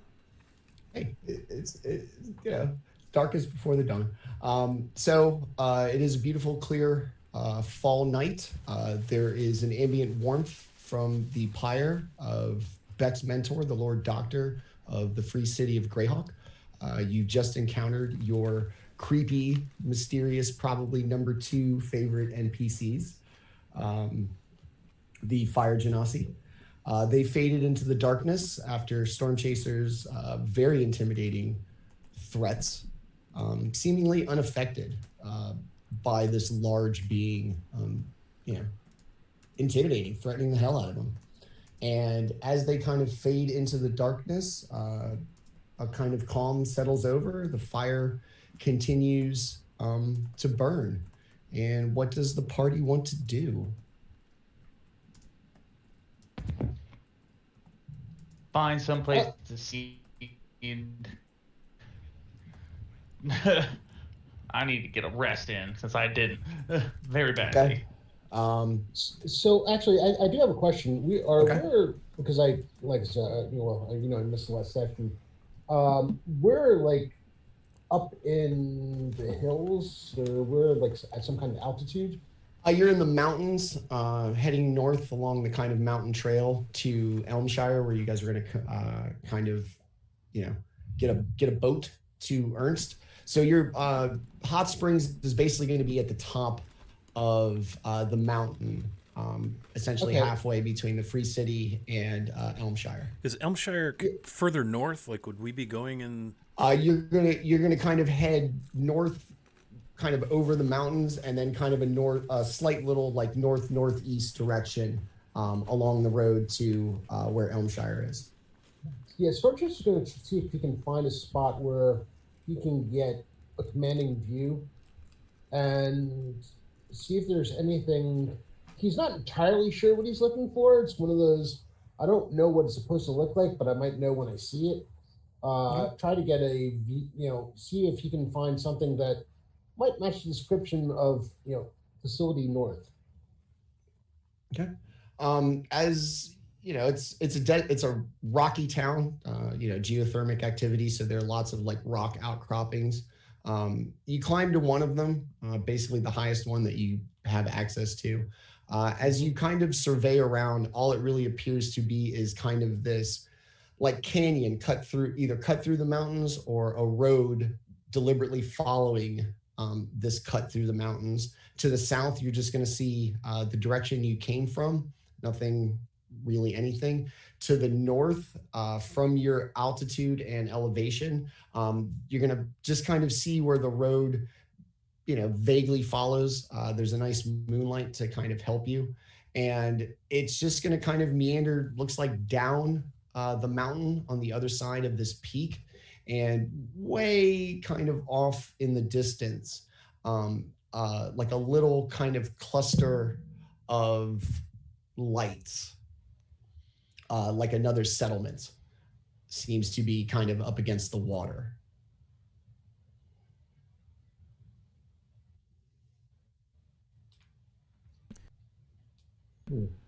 I wonder, where is this northern storage facility? Storage, what was it called? Storage North something. What was in that letter? It was a spring storage company, I think was what Right, they were. but they said in the letter, the note that the Lapis found, that they, the people said they were going north. There may be another warehouse of this spring storage that we just need to find a map with another. This is as far as I know. This town, this I haven't been much farther outside of this. So any towns north of here might hold a warehouse of this spring company as well. Storm Chaser, what did you see to the north when you were looking? I make out I provide the details as best I can as far as what I'm seeing, and just hoping that something I'm describing will provide some insight for if what we're looking for is there.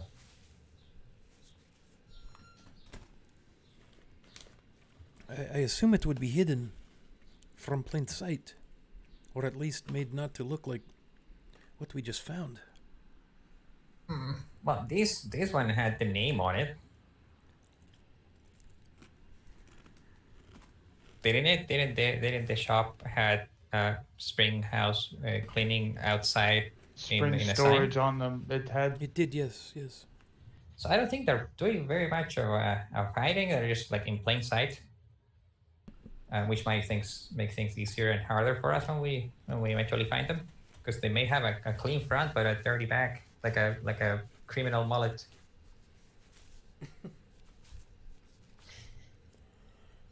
Well, we should find a secure place to rest. Set watch. I'm tired.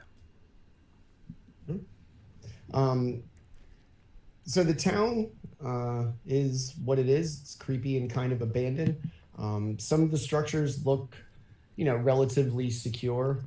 Doors still on them. It's not that the town is run down. It's just abandoned. There's nobody there. So if you wanted to, I imagine you could find like a structure, even the shipping facility, if you wanted to sleep in. If you didn't want to sleep, outside in the mountains at night with all the shit going on. If I had to vote, I would prefer to sleep in nature. None of these buildings look terribly appealing to me, and I've been in the city for so long. What say the rest of you? I would prefer not to be in places such as these.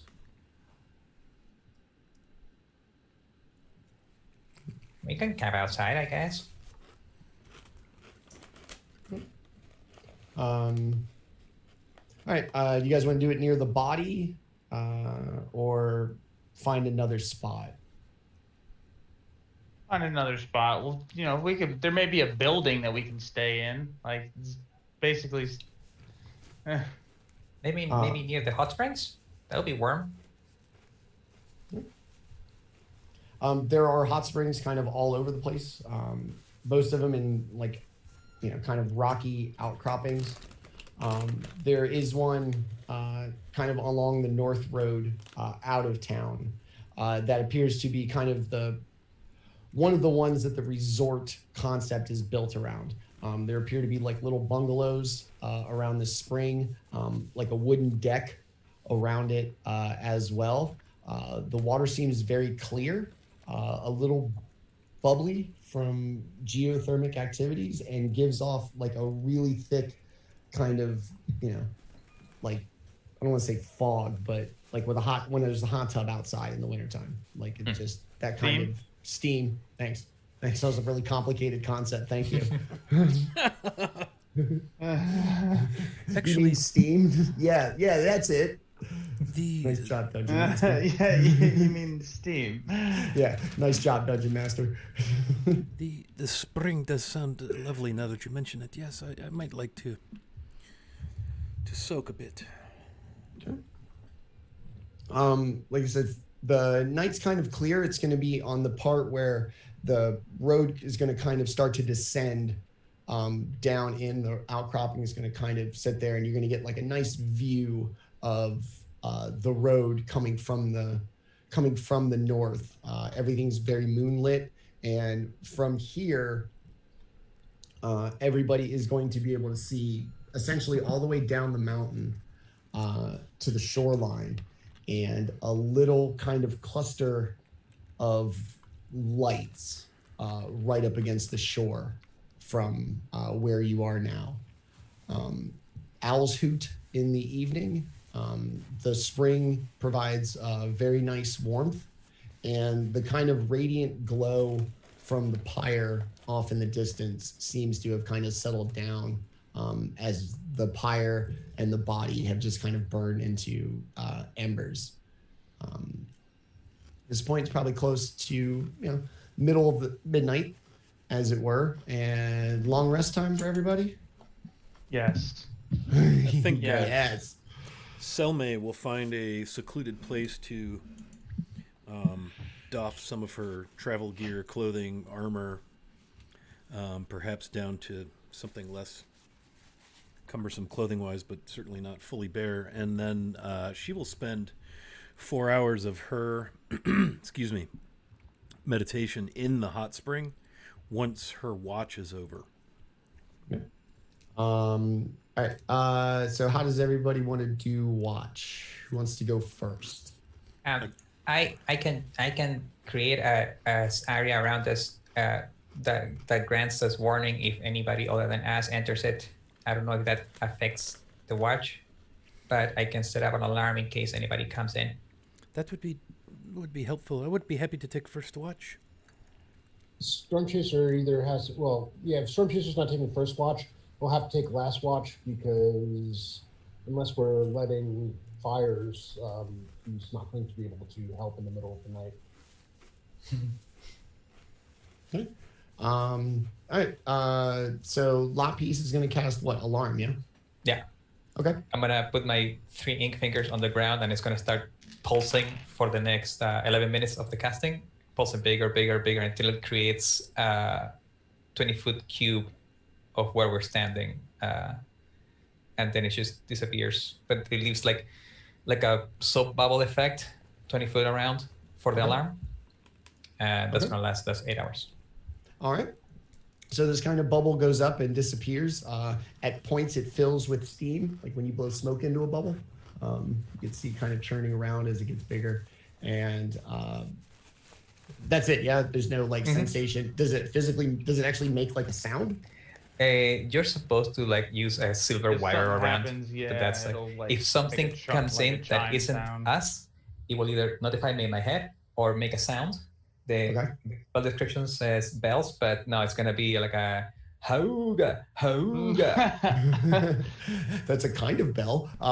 Okay. Yeah. So Lapis casts his bubble. Selmay is off chilling in the hot. Well, all right. So give me a watch order then. Yeah, I'll take the first watch, and then at the end of that, I will go change into something I can bathe in, and then I'll spend my 4-hour meditation per Elvish standards in the hot spring. All right, so Selma is going to take first watch. Everybody else more or less straight to sleep. Okay. Yeah. Right. So as everybody kind of falls asleep, some of them secure in Lapis's spell. The night seems very still. Just a kind of calm evening. Let me get a perception roll while you're so like I said, so that one of the hot springs is built into essentially like a hotel pool. There's like a deck and everything. It's quite a nice elevated position over the road. You're gonna be on like the deck looking out in the road. Yeah, I think I would just sit on the deck. Cross-legged, bow across my lap, arrow out, just watching wherever the best vantage point, probably the road. Okay. And then I might get up and move around periodically, just walk a little sentry around the deck. And I rolled an 11 for my perception. Yeah. You don't see anything despite the kind of beautiful moonlight illuminating as best as it can on a dark night. No rustling of animals or any kind of ambient creatures other than some carrion birds that still seem to be kind of sticking around, circling above the dead bodies that were in the streets of the town. And your watch passes pretty uneventfully. You don't see any kind of traffic on the road. The kind of cluster of illumination down at the bottom of the mountain is a little too far to really track any kind of individual movements other than its presence. Okay. And so who's gonna take next watch? I'll take the next one. Okay. Yeah, so Selma will just kind of kneel down beside you and rouse you gently. Beck, it is your turn to handle the watch. I will be meditating in the spring if you need me. All right, Beck. So you waken a little later in the evening. Still a very still night. Probably basically the coldest part of the evening, and you still feel pretty comfortable. The warmth of the, just the kind of ambient steam, big word, that the springs are giving off. You gonna go sit on the deck and look out as well? You gonna go sit in the road? Where are you gonna do your watch?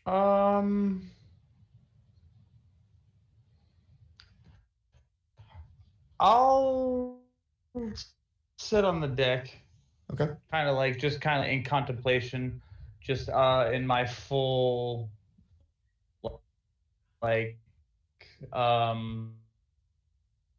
garb,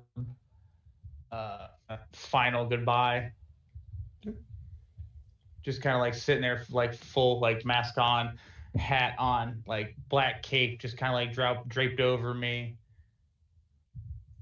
And then ceremoniously, I'll have my alchemist's kit and herbalism kit out, looking at everything. Go and give me a perception check for what you see during your watch. All right. Ooh, nice. That is a 22. Okay. Your watch too goes completely, without real incident. The carrion birds still kind of circle above as the night kind of progresses. You'll also notice that at this part of the night is most likely when animals would be out. It's kind of the deepest part. You don't see any kind of animal activity, no rustling of bushes, no kind of shaking of trees of anything. And just like Selma and everybody else, the only thing really of note aside from the moonlight is the cluster of light down at the base of the mountain on the north side of it. Your pyre is burned down to almost nothing. Barely any light from it can be seen. You're going to be a couple hundred yards from it now. It's not going to illuminate anything as much, so it's basically just the moonlight lighting up the sky. Yeah. All right. Now that we lost Beck. Oh no. That's how peaceful it was. My man just faded away. All right, so if Storm Chaser is going to go last, then Lapis, I imagine you're next. If nobody's waking up Lapis, whoever wakes up Lapis that's his turn. He's not going to go out of his way to choose a watch. If everybody's getting organized, he'll just go to sleep and see if anybody wakes up. Okay. If nobody does, he'll just sleep. All right. After a couple of hours, Beck's going to come to you, kind of wake you up, give you a report about his evening and how not much transpired. Yeah, same deal. It's going to be kind of chilly now, away from the springs, and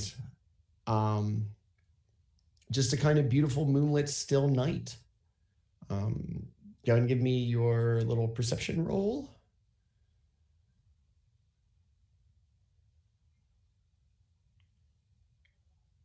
Yep. That's me. Yes, sir. As I forgot that it was a stream and not a podcast. I was like, oh yeah, that sounds like a lot of fun. And I was like, oh shit, that's me. They're talking to me. Okay. Oh, natural 20. Okay. 23. In the night, you will also notice a complete lack of animals rustling in the bushes and the trees, the carrion birds above you. And off in the kind of nondescript distance, you're going to hear a rhythmic chanting, very faint, only really detectable because it is this time of night and there is so little activity aside from probably Storm Chaser snoring going on right now. I feel attacked. Broad generalizations that Goliath snore. Get initiative or something? What is this? Would I have had? Yeah, my sleep would have counted as a short rest. Would have not a long rest, but a short rest for spell slots. Oh yeah. Oh, absolutely. Yeah, In that you're case, I don't need long rests. as I hear the chanting, I'm gonna cast comprehend languages in case I can pick up what they're saying. Okay. So no matter what the language, you understand it, right? The literal meaning of it. Okay. So you're gonna hear, you're gonna cast your spell, and the kind of, I don't want to say nondescript, but at least foreign sounding chanting is going to suddenly come into. What languages do you speak, first of all? Common Infernal and the other one. Okay. Before you cast your spell, when you just focus on the chanting, Draconic.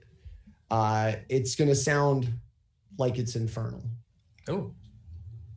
And in it, it's going to be a male and a female voice speaking about, you're going to pick it up here and then. You're going to hear words like cleansing and ritual and peace. Just kind of over and over again, both voices simultaneously in this kind of rhythmic chanting. That could be good, it could be horrible, but I don't know what to do about that. I'll do nothing, I guess. We'll just nearby, if I can hear it, it must be nearby enough. Where is it so quiet that it travels a long distance? And the rocks from the mountains. Well, shit. The only one who I would know is awake would be Selme. Selma, yeah, she's just in her trance. Because you trance. I would notify someone at least. I would go to tell Selme. Excuse me, Selme. Yes, what is it, Lapis? Is everything okay? I can hear two voices in Infernals speaking of a ritual, and it sounds okay, but after what we've seen, it may not be. But I don't know where they're coming from because it bounces everywhere, and nighttime makes noises strange. What are they saying in Infernal? What is the nature of this language? Ritual and peace, but I mean, death is peace. So is it a killing ritual? I don't know. What is the nature of the Infernal language? Infernal language suena así un poquito. It sounds like Spanish. Could I roll? Ritual, paz, pero no sé qué. Sorry, I don't know what they're saying. Like, I get random words from the bouncing. Could I roll an intelligence, Manny, to hypothesize? Sure. Because Scott knows exactly what this is, and Selme completely does not, because I rolled a 1. Completely whipped on it. I've heard of this thing. No, I haven't. We should be on guard, I think, just in case. It's disconcerting that we are not alone up here. Also, I don't know if you've noticed. I mean, you probably did, but there's no animals sounds. Yes, I know. This place is... It's not right. Great I don't know if evil has that happened here. I'm not really an outside person. I'm more like an inside forever person. But it sounds like animals should be out and there should be insect noises. Yes, there's agreed. nothing. And all you hear is a ritual chanting. It's kind of strange. So I just wanted to let someone know. Thank you, yes. I appreciate it. Yeah, I'll go back on my watch. Very good. The rest of your watch is going to kind of continue on just as it has. The chanting is going to continue all the way through your watch, and it will come to a peaceful end. Nothing too big of a deal. But Can I chanting, triangulate the location? Like if I move from here to here, can I see where it's coming from a little bit better? yeah. Survival or nature? Survival probably for trying to track a sound. Yeah, that sounds That sounds like a thing. There we go. It's rolling as a 16 plus a 3, 19. Nice. It seems to be coming from the direction, like to the south, back towards the town. Ooh, back towards as opposed to being like in front of you going down the mountain. So back to the Steam resort. The town, yeah. Okay. Yeah, okay. That's probably the Genasi speaking Infernal for some reason instead of speaking their own weird. Yeah, I'm gonna leave those be. Okay, I'm not doing anything with that. That's creepy and weird. Just go be creepy and weird over there, all right? I don't care what you do, just stay over there with it. Yeah, no. As long as the chanting doesn't come anywhere near us, they can stay there. Okay. The end of your watch is going to come. The first kind of breaks of daylight are going to kind of start to peek through, as it is now time for Storm Chaser to wrap this up in the last couple of hours before the sun comes up. Storm Chaser, show watch now. It's final. You can do it. I believe in you. Nothing strange happened. I'm gonna go to sleep now. Good night. Good night, Finlockings. And he pats him gently and lets him. Storm Chaser is going to take his entire watch, basically standing guard over the party. He's not wandering anywhere. He's not going anywhere. He's got his axe out in one arm. The closest he does to acknowledging the fact that he's going to be holding his axe for 8 hours, or not 8 hours, 4 hours, or whatever it is he might switch it to the other arm on occasion. But yeah, he's not going to go more than 5 feet from where the general grouping of the party is. I think after a bit, kind of make up for the time I was talking with Lapis, Selme would come out of her trance fully long rested and come sit with Storm Chaser. How are you feeling? This is quite a day we had.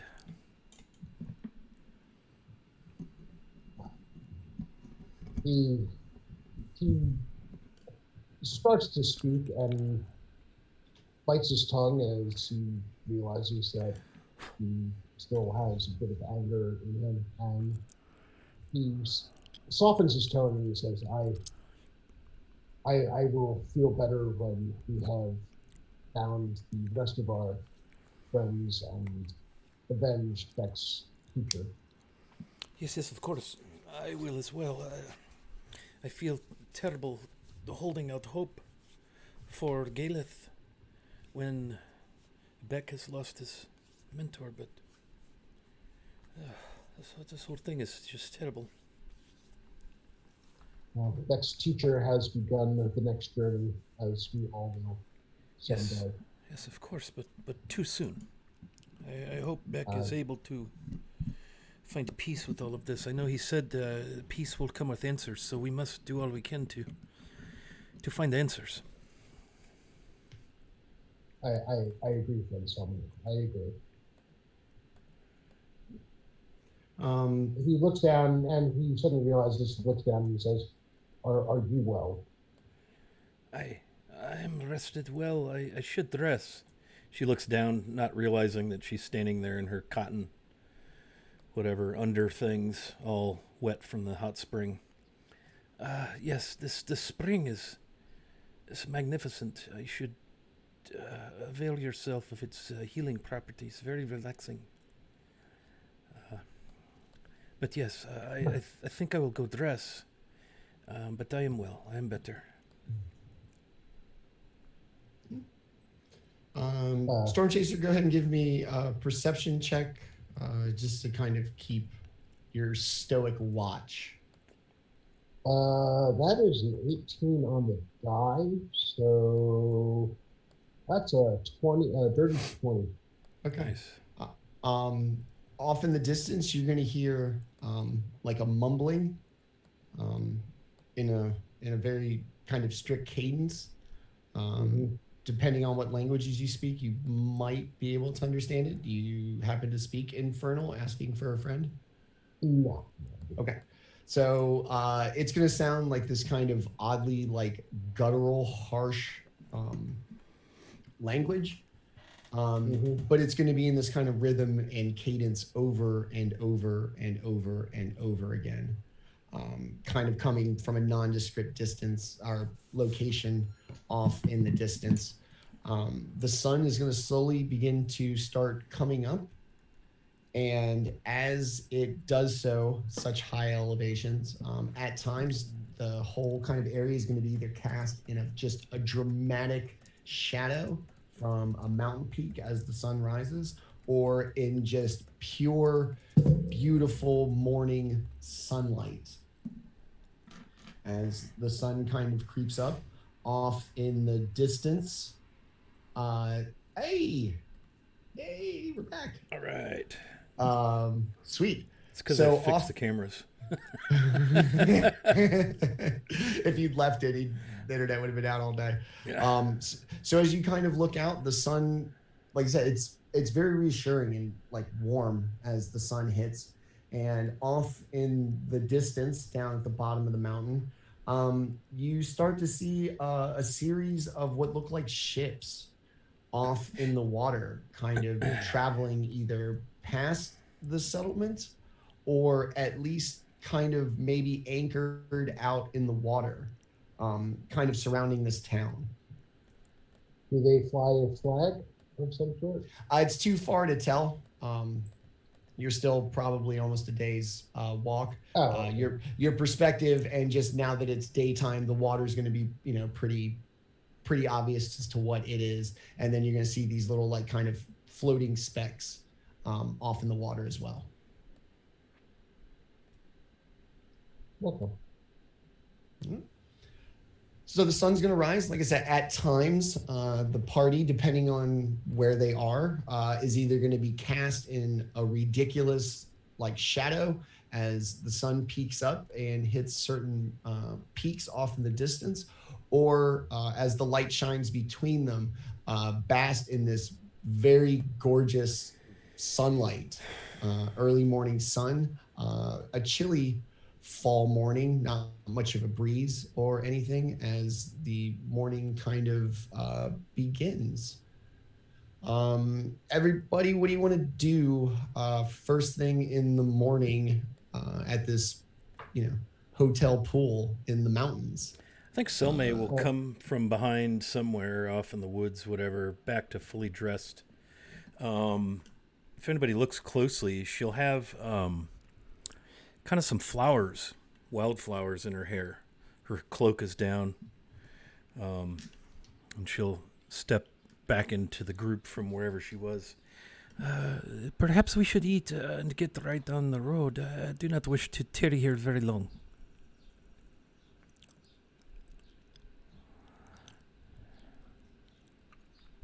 Stormchaser, he says that sounds fine for Selma.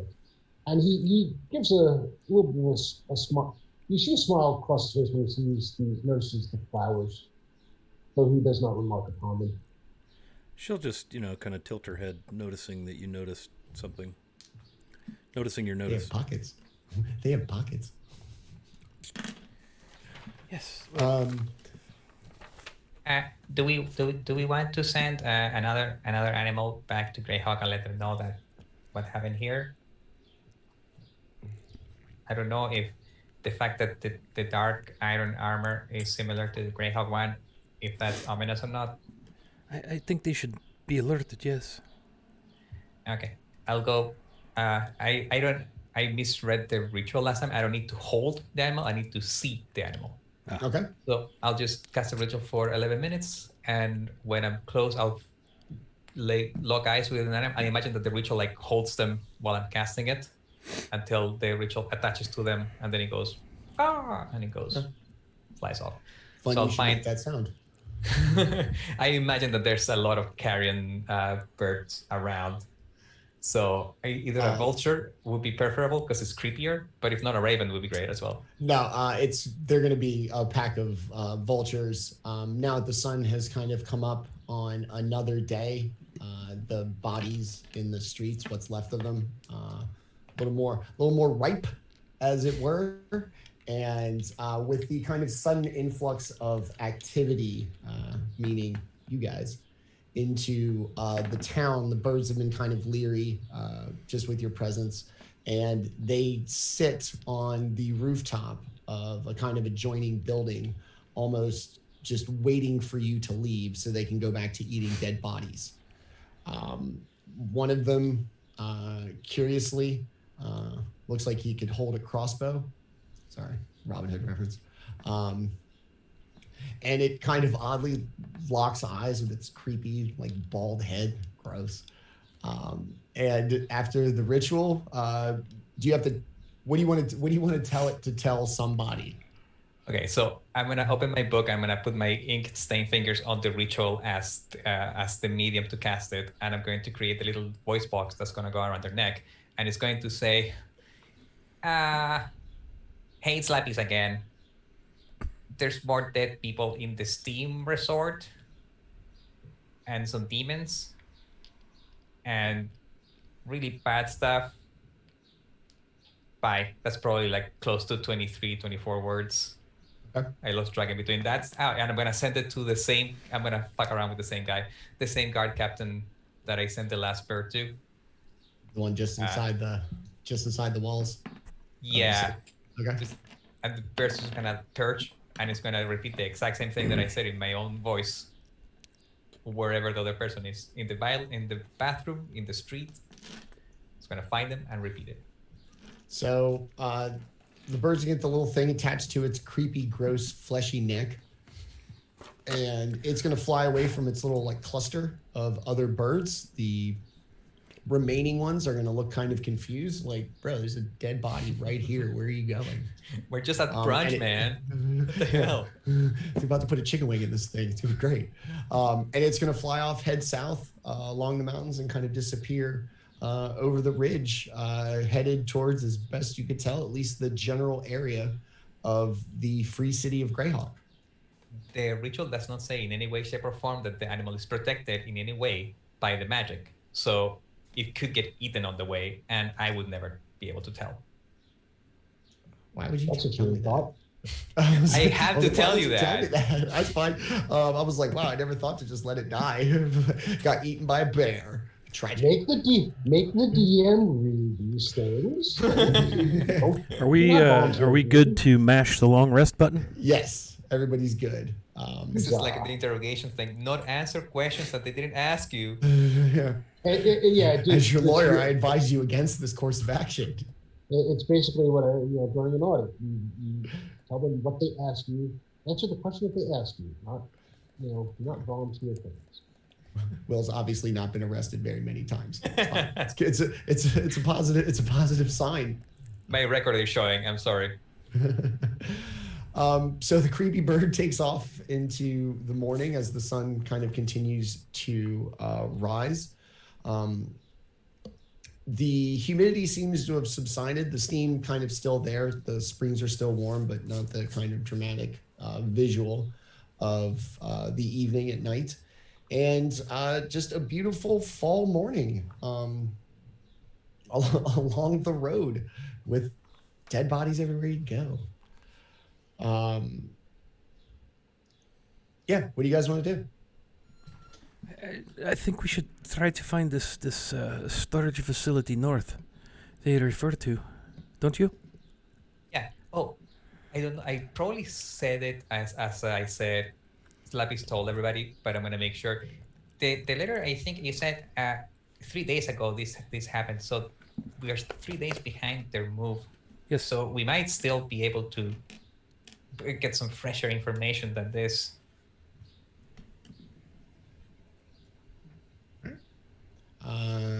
Everybody good to, you guys want to get going? Get rolling in the morning? I guess. Okay. Makes up to you guys. Sure. Yep. Maybe. You seem awfully eager for us to get moving, bro. What's going on?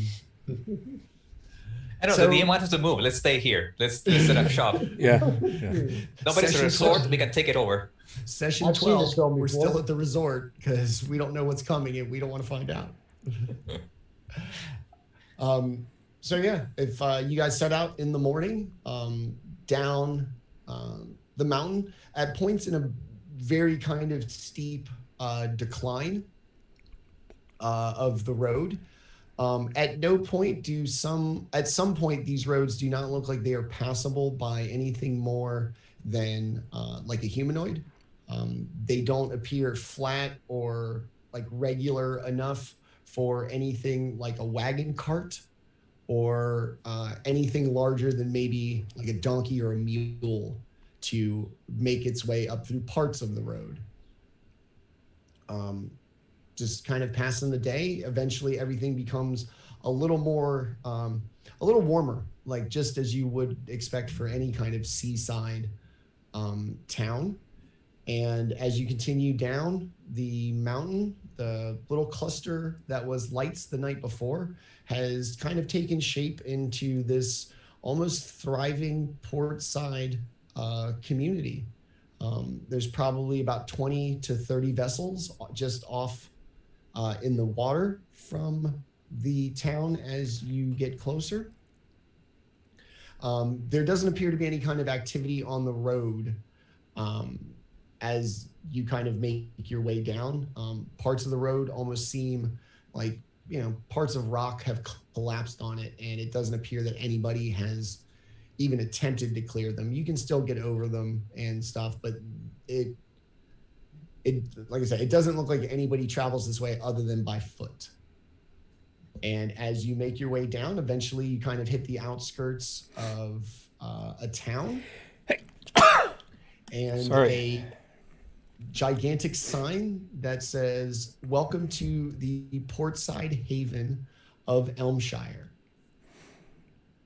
The town appears quite cosmopolitan. There is an unbelievable mix of races, genders or not, throughout like the streets. Everybody seems very content and jovial with each other as you make your way into the town.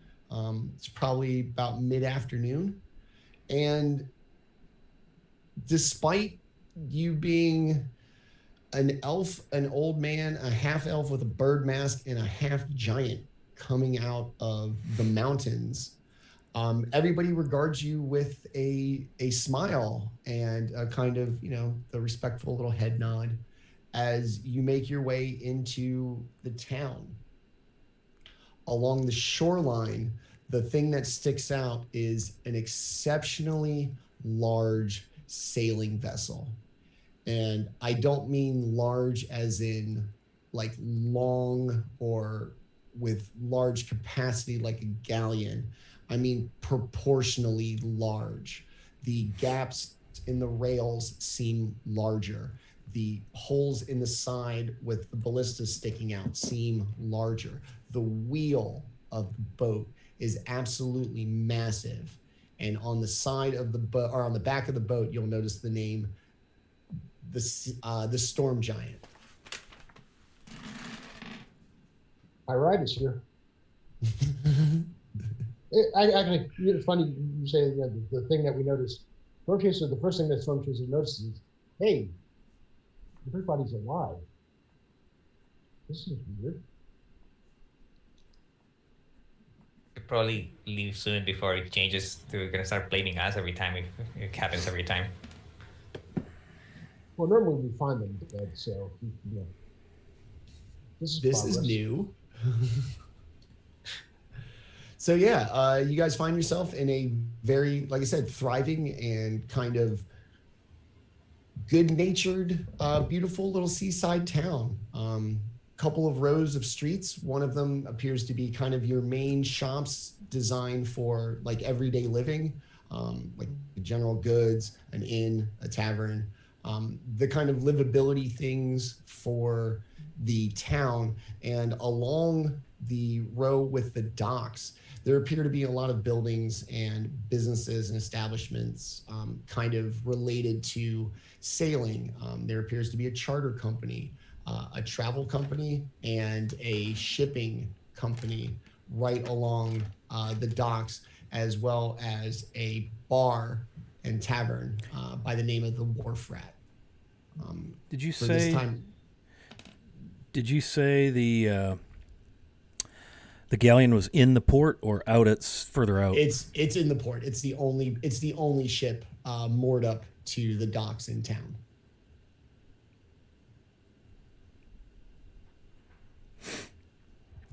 Maybe we can cover more around, speed into, and see if we can find a sign on a shop of this that says Spring Horizon, Spring Forward storage facility. Spring break. Yes, it was spring shipping, wasn't it? The sign along the dock says Elmshire Shipping and Receiving. Right. I mean that the place that we saw in the mountains was the spring shipping. Yes. Yeah.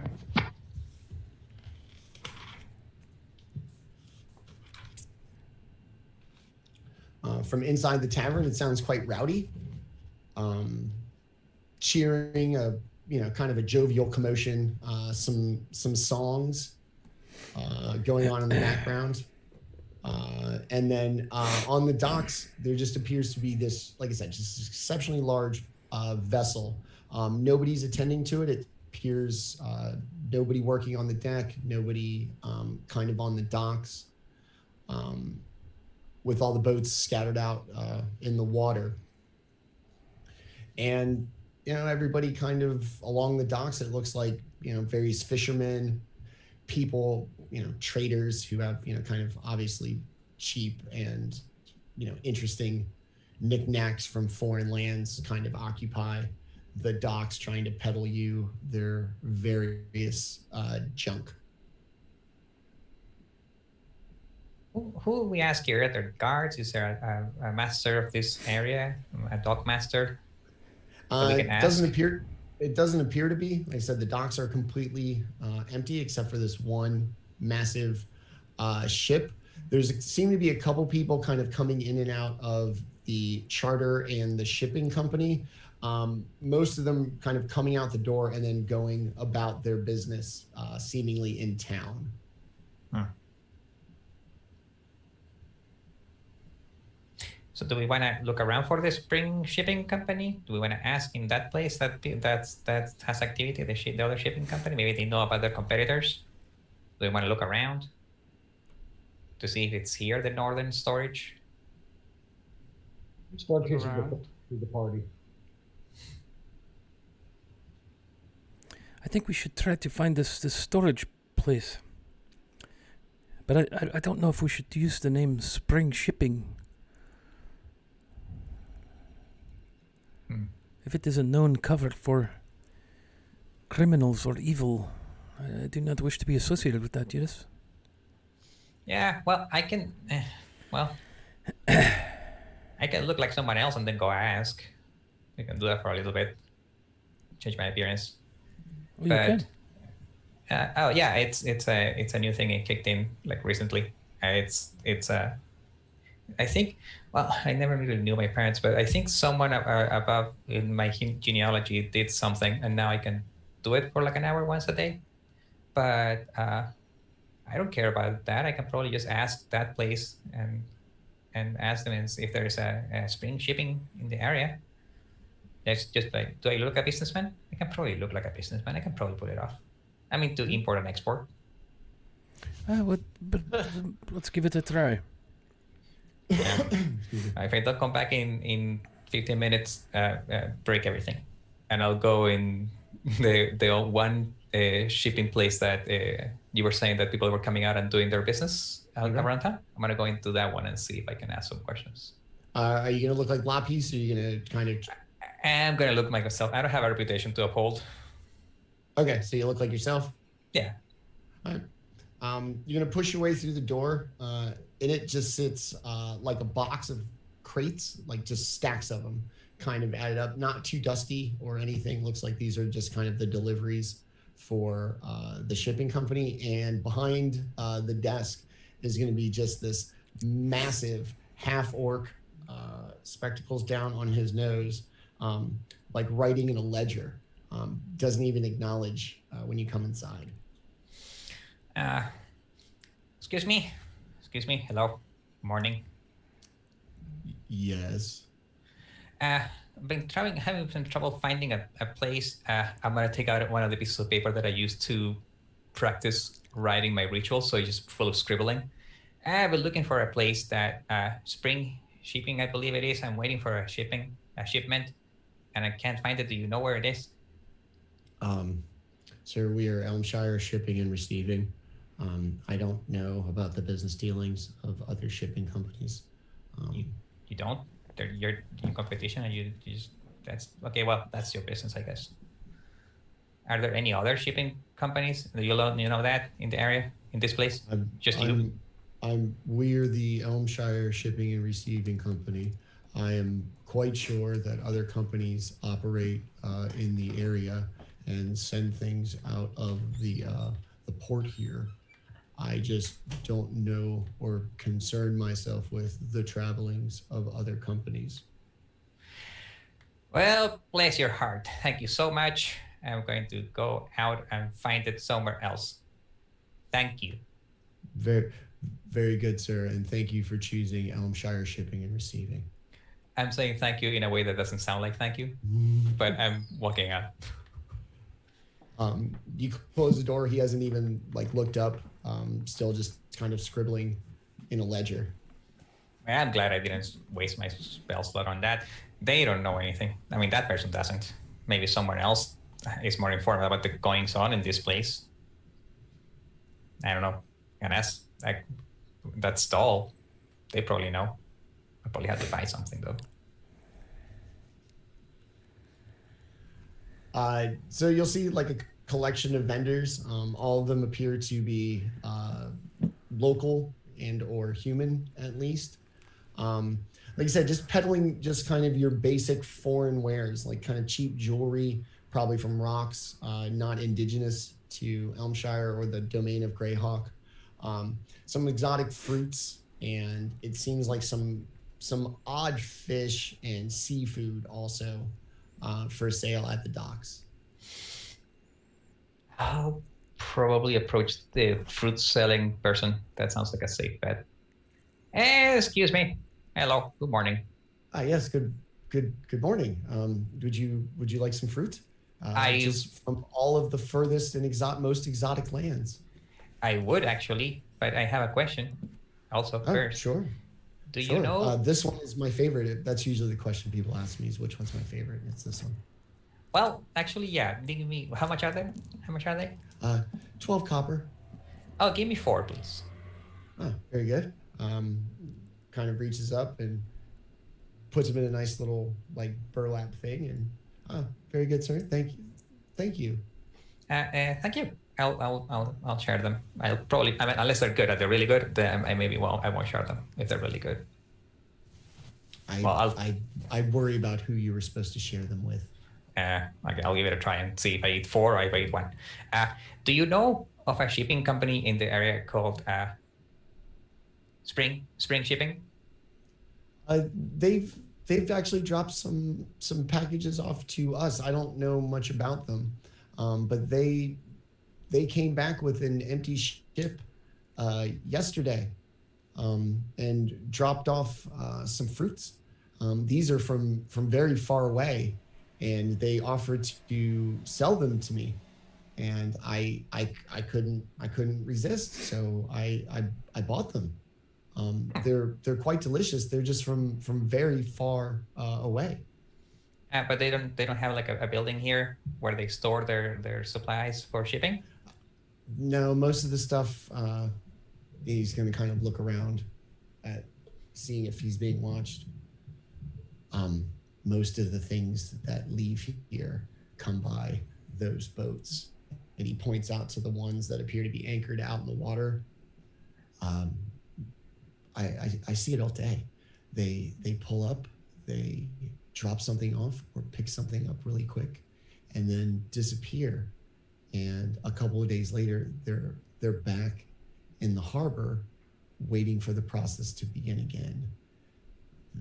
This time was weird because they showed right back up and came back as if they were only gone for a day.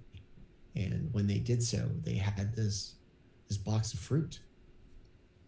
Well, that's super suspicious. I'm sorry, I don't mean to involve in your business, but that's suspicious. That the fruit doesn't grow on ships. No, like Does it? no, not this one especially. This one's from very, very far north of here. It's from a, shall we say, hostile land. Oh. Well, that's strange. Well, thank you so much. Thank you so much for the information. I went to Elminster's shipping company, and that person didn't know what was up. He's never bought anything from me. He's just a bookworm. Yeah, that's the one word for it. If we wanted to book passage north, we're going to insert name of town here because I don't remember it. Beck, where are we going? Where are we going, Selby? Save me. Yeah. Elmshire's the last I remember. That's where you're at. That's right where we now. are. That's where we are. You're worse than me. The capital. The capital of Ernst. Is, Ernst. Wait, that's the whole very- region, right? Yeah, the capital is Lukish. Okay. If we wanted to book passage to Lukish, how do we go about that? We're trying to reach that place. You're trying to go to Ernst. Trying to, yeah. The merchant's going to kind of look and turn and see the very large ship. It might be a few days before you can book passage to somewhere like Ernst. The current ship in the harbor keeps all the other ones away until they have a fare or a job, and once they are gone, only then do other ships come in. He's gonna look at it. I'm not sure a trip to Ernst is something that they would be interested in. What sort of reputation do they have that they can keep all the other ships at bay? They're not like your traditional boat crew. Are they pirates? If you'd like, most likely you will find them in right in there. And he points to the wharf rat, the kind of rowdy tavern you've been hearing standing in the kind of dock area. It's probably bad form to ask people if they're pirates. And the wharf rat looking for Laura. God damn it. Where is she? Yeah, he's just gonna kind of point to it. And the whole time he's doing it, he seems to constantly be like looking around, making sure that the other merchants or anybody else doesn't necessarily hear your discussion. Okay. Well, thank you so much. Thank you for the fruit. I will enjoy it. And if I enjoy it too much, I will eat all of it. I won't share it. But don't tell anybody. Well, they saw me buy it. Shit, I have to share it. Never mind. Thank you for your time. Thank you. pat Thank their you. hand. Tell me what you think. I don't know that I'll be getting these too often. Yeah, might actually be for the best. And I'll step back and I'll put the fruit in my pack. I won't actually share it because these are the creepy fruit that came out of nowhere. So that's fucking creepy. And I'll tell everybody. Okay, so they do business here. The Spring Forward company of people. They do business here, but they don't have a hold here. So I think we might need to be going further north. There's I asked if we could take a passage north, but we can't until that ship leaves because it's supposedly it's keeping all the other ship away. I don't know why, but ship looks pretty big. Storm giants might be giants, but you would see if there were giants. They're giant. You would be able to see them if they were here. So you're saying no other ship will come to port while this is in port? Yeah. The stall seller, fruit seller, wave at them, said that they won't. They will leave for a couple of days until they get a job, and when they get a job, they'll leave, and then the other ship will come in. I asked if they were pirates, but they didn't say if they were pirates or not, so I don't know. And I bought this fruit, but I wouldn't recommend eating it because the story how the fruit was bought is kind of suspicious. But the fruit is supposed to come from really, really, really far north, and from a country at war. I imagine. I think I understood that, and that means that we may need to be going like really north to find our people. Maybe if it's connected. So, but that would take us well away from Ernst, wouldn't it? Ernst is round to the west, is it not? I don't know. Then we need to make the choice on what we're going to do. Well, first we need to get that ship gone, or aboard it. Maybe we can hire them to take us. Otherwise, we're going to be here for a couple of days until they do leave naturally, and then we can take another passage north. She did say that the crew of this ship was in the Whale Rat Tavern over there. Yeah, the rowdy place that you'd heard. So we might find them there. In this part of town. And make a deal or figure out what's going on, why they don't leave. Yes, we do need to make haste. I would much prefer to see if I could find our mentors, of course, but we have this duty to the city and the duchy. Yeah, but first before we make a decision, we need to actually be able to book passage so we can postpone that and let future us deal with that. We might not be able to take passage, and we need to take another route, and it will take longer. But first, we need to get that ship gone, or get aboard that ship and go north or west. Where's Ernst? West. So East. then, or east. We don't know where we're going. Eventually, west. Eventually. Go all the way around. So yeah, as you guys kind of stand out there, the commotion from the bar continues. The vendor Lapice was speaking with kind of seems interested in the chaos, while at the same time still kind of looking around to make sure nobody's really watching them. Well, perhaps then we go to this wharf rat and see if we can book a passage, yes? I think that might be a good idea. I don't know how much it would be to charter a whole ship for us. Didn't the note say that our people were shipped? Maybe we should see if there was large containers from the spring place that went to the north and find out where they were shipped. Oh, that's a good question. Where would they have been shipped? Probably that place. To the site, the storage place, right? Yeah, but that seems, I don't know if there's other shipping places, but that place that I went to ask, maybe they know, but they seem very unhelpful. Maybe someone else has better luck. I could go try. Yeah. I'll do some math here while I calculate how much 48 copper is in silver and gold so I can pay for the fruit. Very well. Yeah, so I think Selma will make her way into the Elmshire shipping place. All right, you're going to push through the door. The little shop bell attached to the door is going to go off. Half of works is there. Scribbling away in a ledger still. Good afternoon. Welcome to Elmshire Shipping and Receiving. How may I help you? Hello, it's a very nice place you have here. I'm hoping to find a large shipment that came from the south, from up in the mountains, that was headed north. Would have been, I think they only go this far, which is why I'm asking you, because you probably shipped it from here, but it was from the Spring Shipping Company.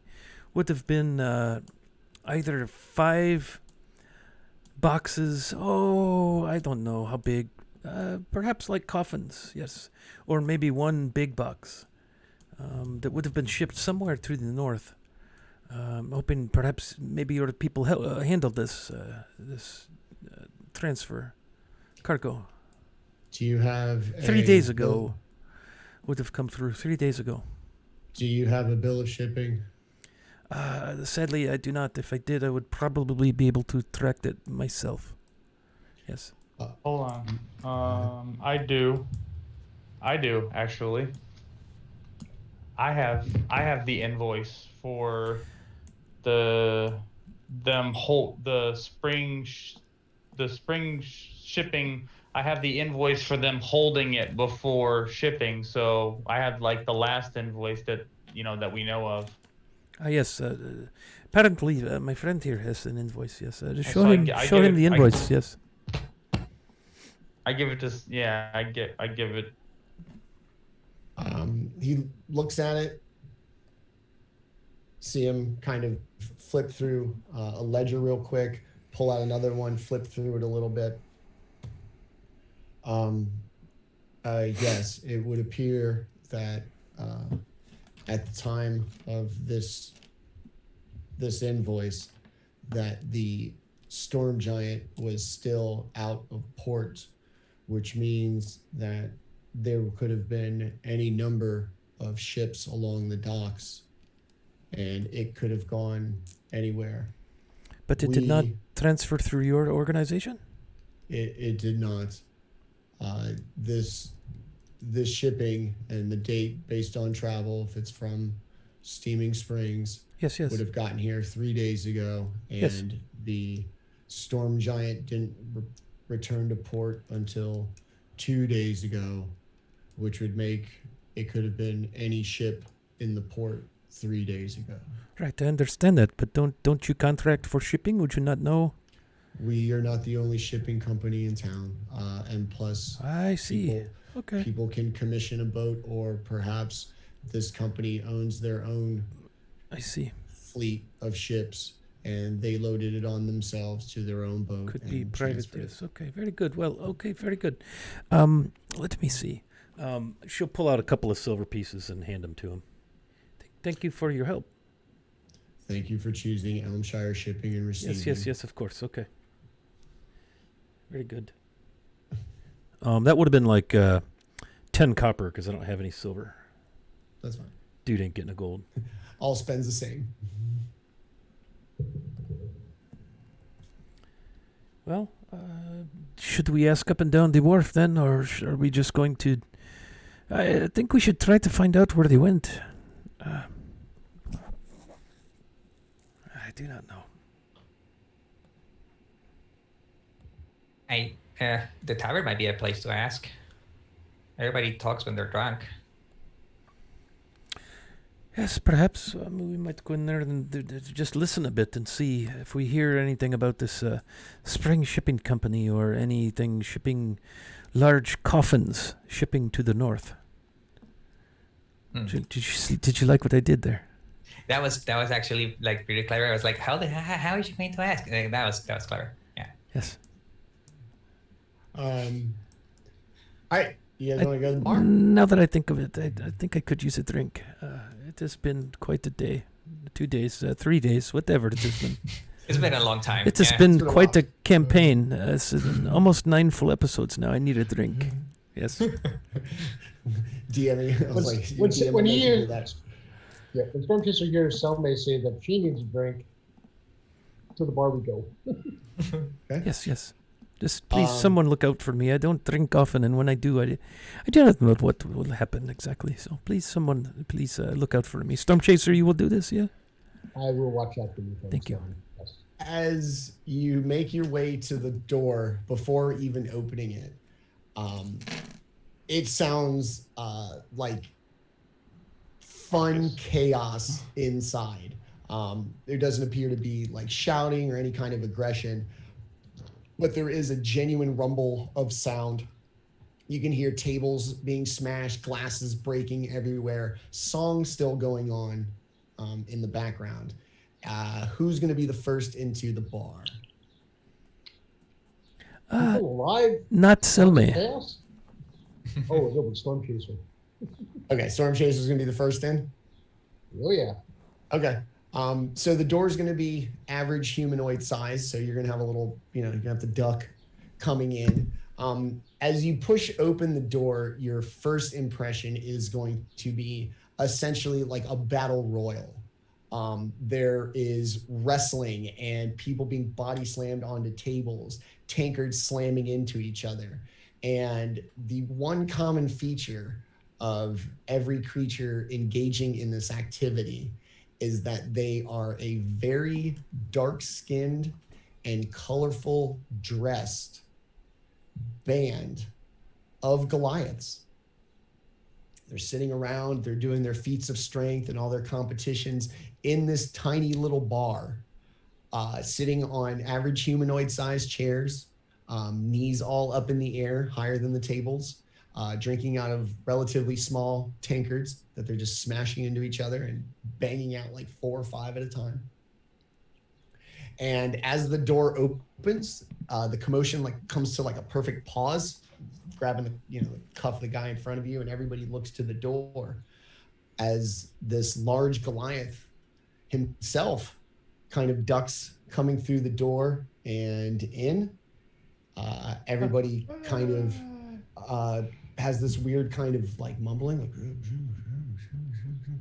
and they all look to the back of the tavern where the singing was coming from, and a just unbelievably dark skin, cracked skin from being in the sun so much, probably in his 50s, ponytail, tri-pointed hat.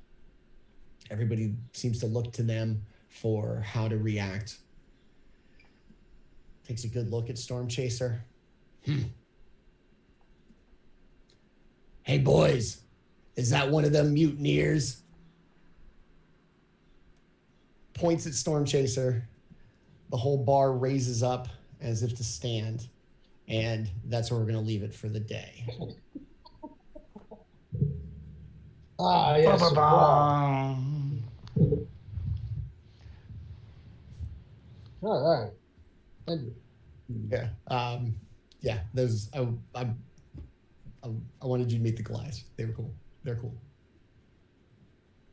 So yeah, you've seen others like you. Like I said, these very clearly having been like a lot of time in the sun. And they're dressed in ways that pirates and sailors most likely are. And they just pointed at you and asked you if you were one of the mutineers. So perfect. Yeah.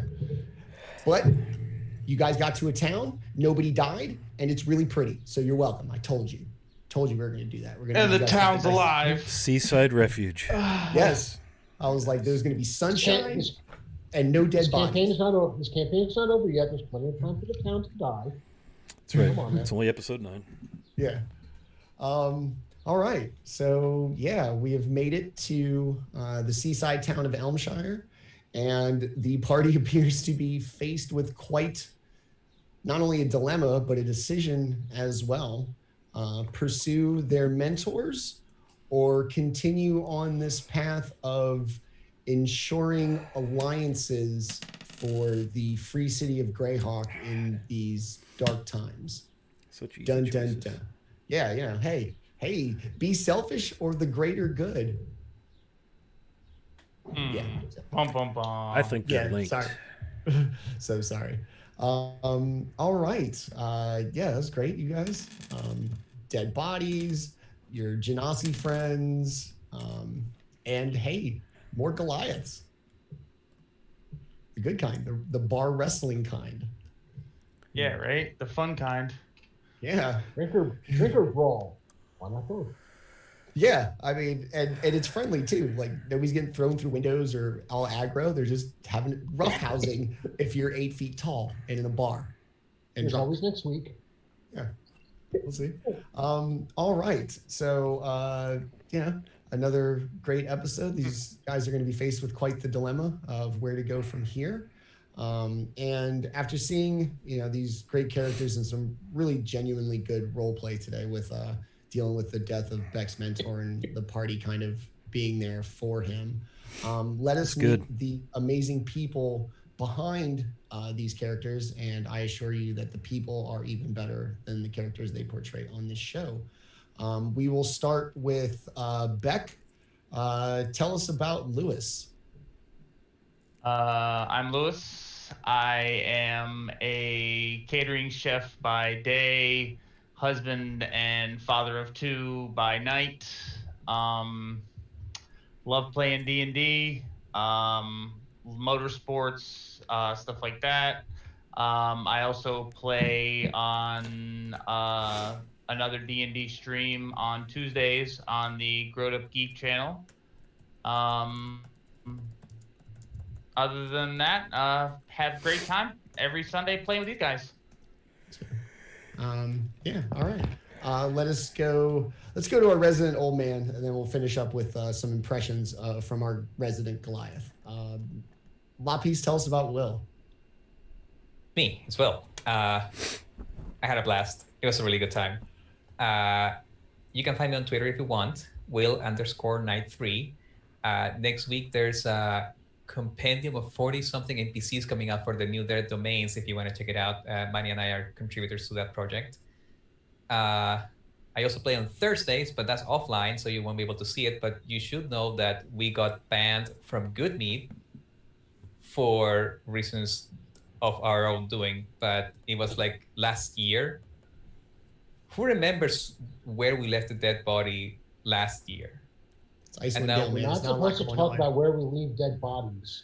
It's Icewind Dale. You're not supposed to. No, You're supposed to do shit and forget about it. And then consequences show up. And in the middle of the conversation, we're like, oh, fuck, yeah, we killed a Dwargar and left it in the speaker's house. And everybody saw us. That's right, where we left ran it. away. I forgot we ran away and when everybody saw us. So that's me, Chaos player over here. And yeah, there you go. I'm done. Let's finish up with our kind of potentially driving plot force next week. Storm Chaser, tell us about Rob and how he's feeling seeing a bunch of his own kind here. Oh yeah. Next week is going to be fun. So I am Rob, a cybersecurity professional, gamer at large, GM at heart.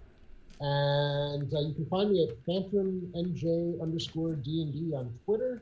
You can find me as PhantomNJ in Twitch and in a whole bunch of Discord channels, especially if they have anything to do with Greyhawk. I am probably there, some active more than others. On June 1st, I am actually going to be DMing a one-shot on the Blue Box RPG Twitch channel, friends of the stream. And so I'm really looking forward to that. There's more stuff coming. And today was a great session, just being able to, actually get into Storm Chaser. A little more role playing is always a fun thing. And I got to growl at some Genasi, so that helped. I had fun. I had plans for my next. You missed them. We were discussing them when you were gone. I have further threats for those 2. So I'm pretty sure they're facing. Yeah, we'll see if they pop up again. All right, I'm Manny. I've been your dungeon master today for these amazing gentlemen.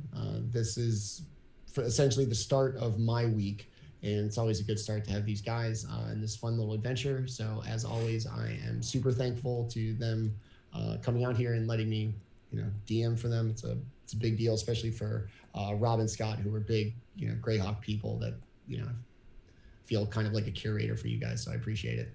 Yeah, you can catch me here on Sundays. Eventually a return to Mondays on this channel as soon as work settles down. And then also Tuesday and Wednesday on my own Twitch channel, twitch.tv /GrowedUpGeek, where we do our Tuesday show, Twilight Malediction, Rime of the Frost Maiden campaign, about to be session 20. on that one. And then on Wednesdays, we do one-shot Wednesdays, rotating players, different narratives every single week. A lot of fun. Everybody gets to come out, play a new character every week. It's a lot of fun, both at 7 o'clock Eastern time on my channel. That's it for me. And we will turn it over to our host to let us out of here. Delmay, tell us about Wiley.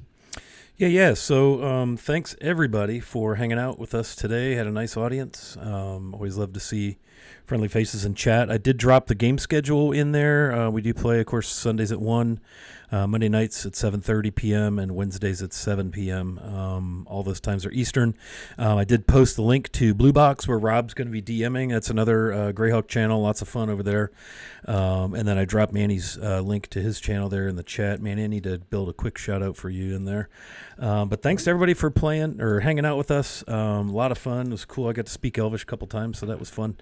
And I'm looking forward to seeing what lovely things are going to happen to a small little elf maiden in a rather gnarly looking sailor's tavern full of drunken Goliaths. I'm sure that can only end well.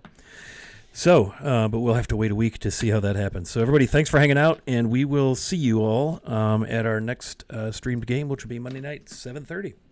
See you next time. Thanks, everybody. Thanks for hanging out. Thanks all.